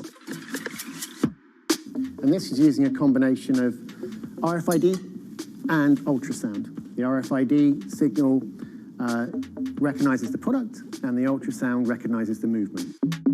Take the product off, and then you'll start to see your products appear. And essentially, it's like online browsing behavior. Whichever products you touch and pick up in the store are automatically sent to your app. This is effectively what you've created is your in-store wish list. In the middle, you'll see essentially a hologram of the product. What the customer sees, they control the experience on a touch device. What this allows the customer to do is take elements of products and then add their own style to it.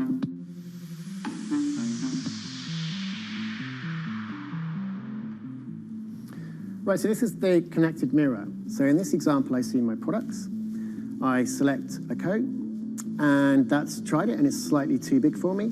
So what I can do is choose an alternative size and send a request to the sales associate, and they'll bring that size to me in the fitting room mirror. You'll also see that we've got some product recommendations here. Crucially, the sales associate's able to push items into the mirror from their device. If you wanted to, you could simply use the mirror and pay and go. Your items would then be packed and dispatched to you afterwards.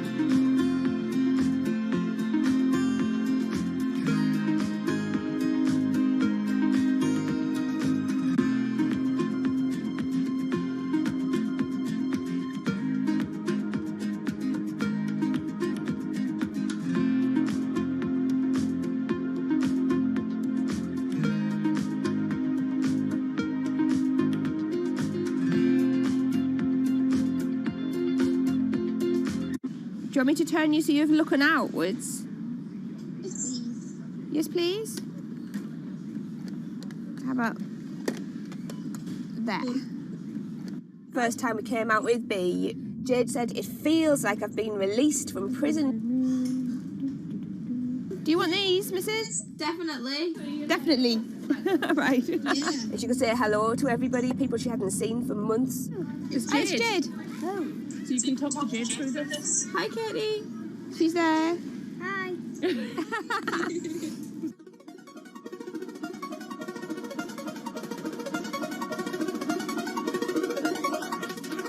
Every time anyone's seen her, they want to know why she's there. And it's kind of the opposite of when you're in a wheelchair and people see you and they kind of go, oh, should I look? I don't know what the right protocol is. When there's a tiny robot with its bright little eyes going around just looking happy everywhere, it really opens you up for conversation. You've got some friends here, look. Hiya. When I saw her for the first time, I remember thinking, this is going to change things. This is one of those points where if this was a book, this would be the cliffhanger.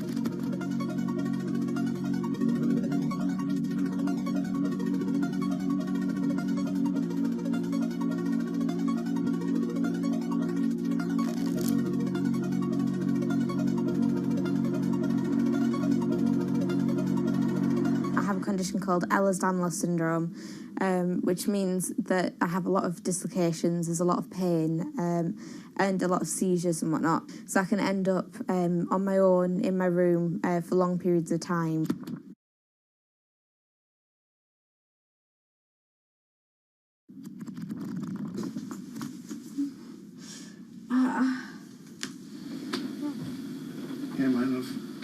A lot of the time, with a condition like my own, of course there's the pain, and the pain is bad, and the dislocations are bad, and the seizures and being in paralysis and never knowing whether you're going to be able to wake up properly tomorrow, that's bad.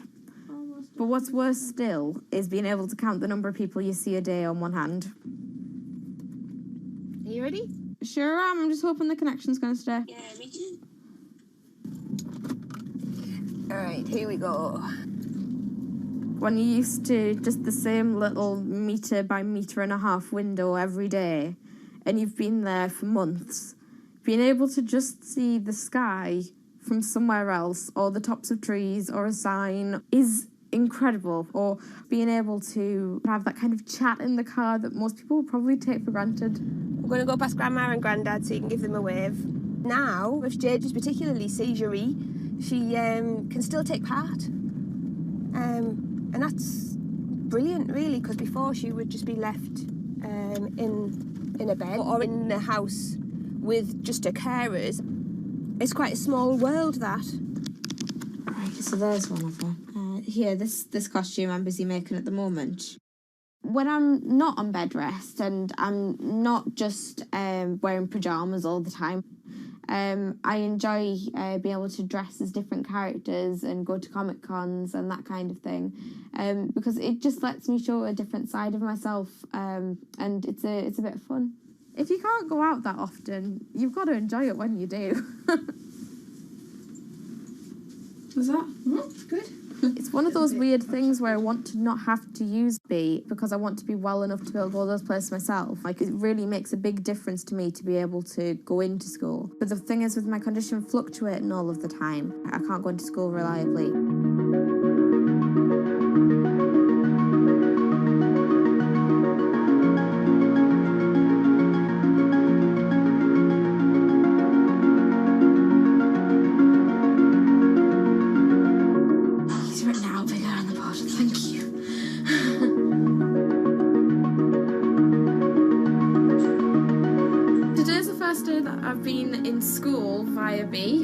And so far it's interesting. Still a few little things that we need to work out, but for the most part I think it's going fairly well, and it's brilliant because I can really tell the difference between today and yesterday.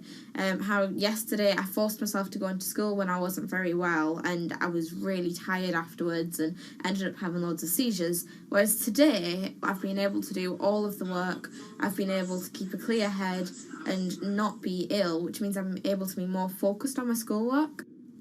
So there is my first step of working, is to simplify root 8. The algebra test is next week. Now I'm trying to make friendships which I'll be able to maintain with B. Before that, I end up letting people down quite often.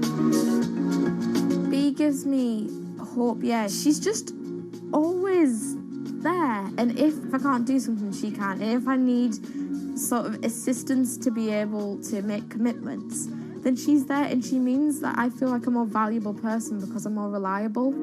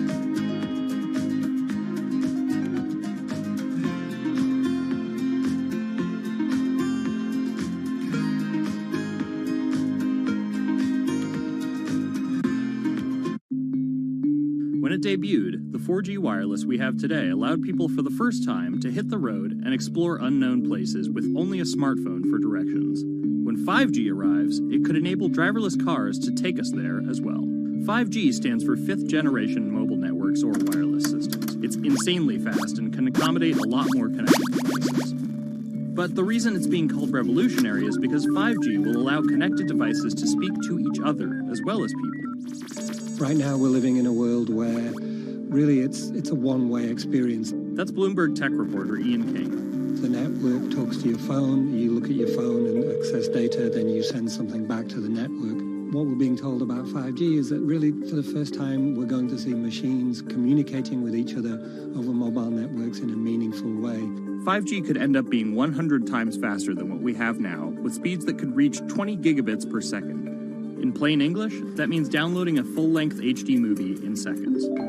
5G will also increase total bandwidth, which we will need in order to accommodate the growing Internet of Things. We're talking about the class of devices like internet-connected refrigerators, thermostats, dog collars, but 5G will enable many, many more. Things like your utility network, factories, where machines are just sat there not connected at all. Suddenly they're all going to be connected. Suddenly we're going to be able to have real-time monitoring. Other things like cars, like utility poles, like your light, the light poles. But perhaps the biggest advance will be a huge reduction in communication lag time, known as latency. A network of driverless cars will need the speed of 5G to ping each other multiple times per second to avoid collisions. Near instantaneous data transfers could allow doctors to perform surgery remotely with a robotic scalpel. So how will all this work? First, you need to improve network density. And that's just a fancy word for saying you put more towers out there. What we're being told is that's not actually the case with 5G. The idea is 5G will not only use the existing mobile spectrum, but also tap into higher frequencies called millimeter waves. Millimeter waves can carry more data, but only travel short distances. This may mean you'll see a lot more of these base stations around town. And the new towers may have as many as 100 antenna ports, compared to about a dozen on 4G cell towers. So when will we get 5G? Getting 5G ready is expected to cost providers $275 billion over 7 years in the US alone. Look for the first 5G service to pop up in big cities sometime in 2019.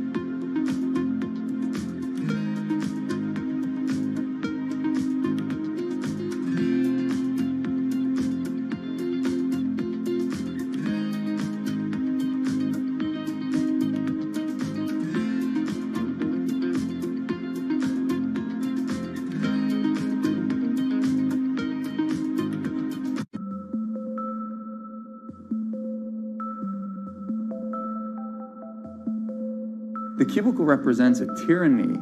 It confines your imagination, your thoughts, into a small physical area. Imagine pretty much every software engineer or finance person being able to, disconnect from their desk and look at holographic monitors on a beach and doing their work from there. That's not going to be science fiction. It's the modern office place. Silicon Valley is all about building the future. A startup called Meta thinks it's getting there first, thanks to a big bet that it's made on augmented reality. How are you? Good, thank you. Welcome to Meta. Thank you. Call it a 360-degree office where you can spatialize your thoughts as part of your workflow for education, architecture, design, engineering, etc. People often mix up augmented reality with virtual reality. VR totally blocks your ability to see or hear the real world. AR overlays holograms onto what you already see. Meta has tried to make its version of the workspace feel familiar. You grab the hologram instead of using a controller or a mouse, and your brain already knows how to do it. In other words, we've designed an operating system that humanity has always known how to use. So you can see this eyeball, which is, by the way, photorealistic. You can see my hand is occluding the eyeball, and now the eyeball is occluding my hand, right? You see those two circles? They get small, and then they turn into this glowing white ball, and then I can move my hand around supernaturally. I can do this with two hands and rotate the thing. I can stretch it. I can throw it back right into the shelving system, and that's all you have to learn to become a modern worker. And to prove this, the employees at Meta have started to get rid of their computer monitors, trading them in for Meta's augmented reality headsets. Mayron thinks that in less than a decade, we'll all be just wearing strips of glass that can project holograms.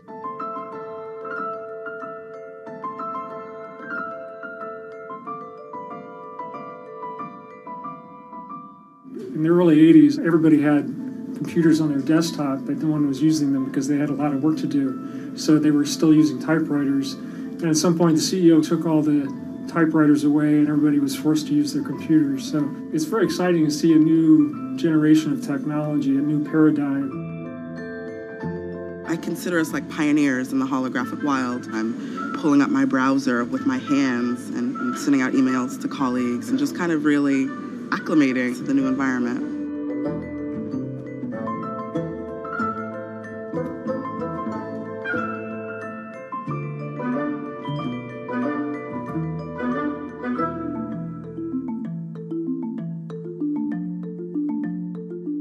Now you're putting on my computer, essentially. Our digital lives live on our phones. We have all of our pictures and notes and all these kinds of things. So, and why don't you write yourself a little sticky note? I like it.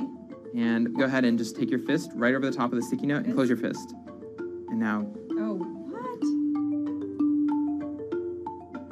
Meta's own transition to augmented reality has run into plenty of unexpected problems. And it's still going to be a while before you'll start to see these devices in your office. But I think it's a future worth waiting for.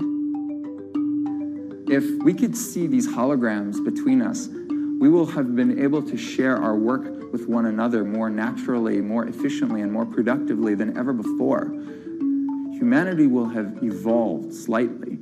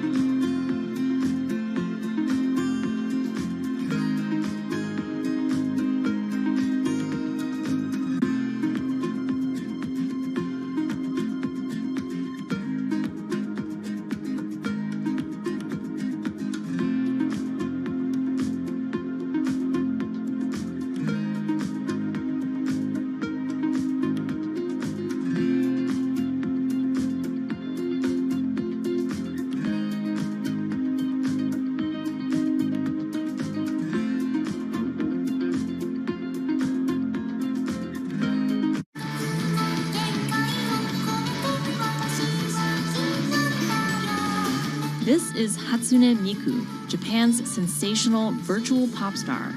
She's released over 100,000 songs in multiple languages and performed sold-out concerts around the world. Her image has appeared in games, on TV, in car races, and is even etched on the side of a Japanese space rocket. I came for Hatsune Miku, Carlos. She's Lady Gaga's favorite digital pop star and opened shows for her in the US 3 years ago. Tens of thousands of fans attended her exhibition and live shows near Tokyo recently. 理想のアイドルっていうと、どの曲でもミクはすごい綺麗に歌ってくれる。他没有缺点啊，没有任何让我们感到不开心的一些新闻。She's everything to everybody. That's probably why she's so popular. Miku's creator Hiroyuki Ito and his Sapporo-based company have been developing the virtual diva for over 10 years. 初音ミクとは、キャラクターとしてすごく、YouTube とかで検索すると、たくさんの初音ミク出てくるんですけども、元々の、初音ミクのその原点は歌声を合成する、ソフトウェアなんです。Both the software and character are named Hatsune Miku, meaning the first sound of the future. Originally based on Yamaha's Vocaloid technology, Miku the software has a sound bank containing voice samples and a huge array of tools. You input the melody and lyrics, then Miku the character sings them.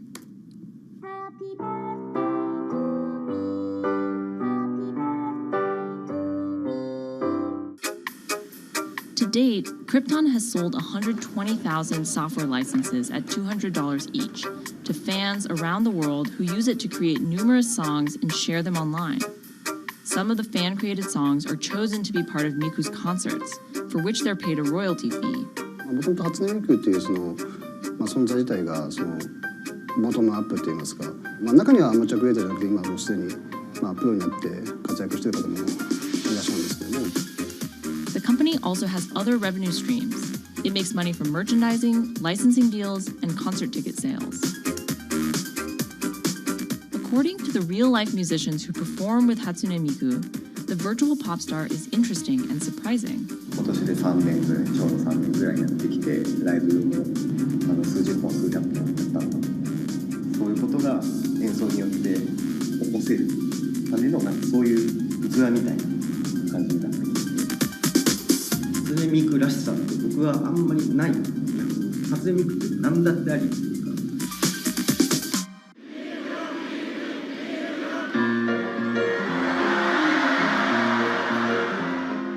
For Ito, Miku has the potential to change the way we think about music.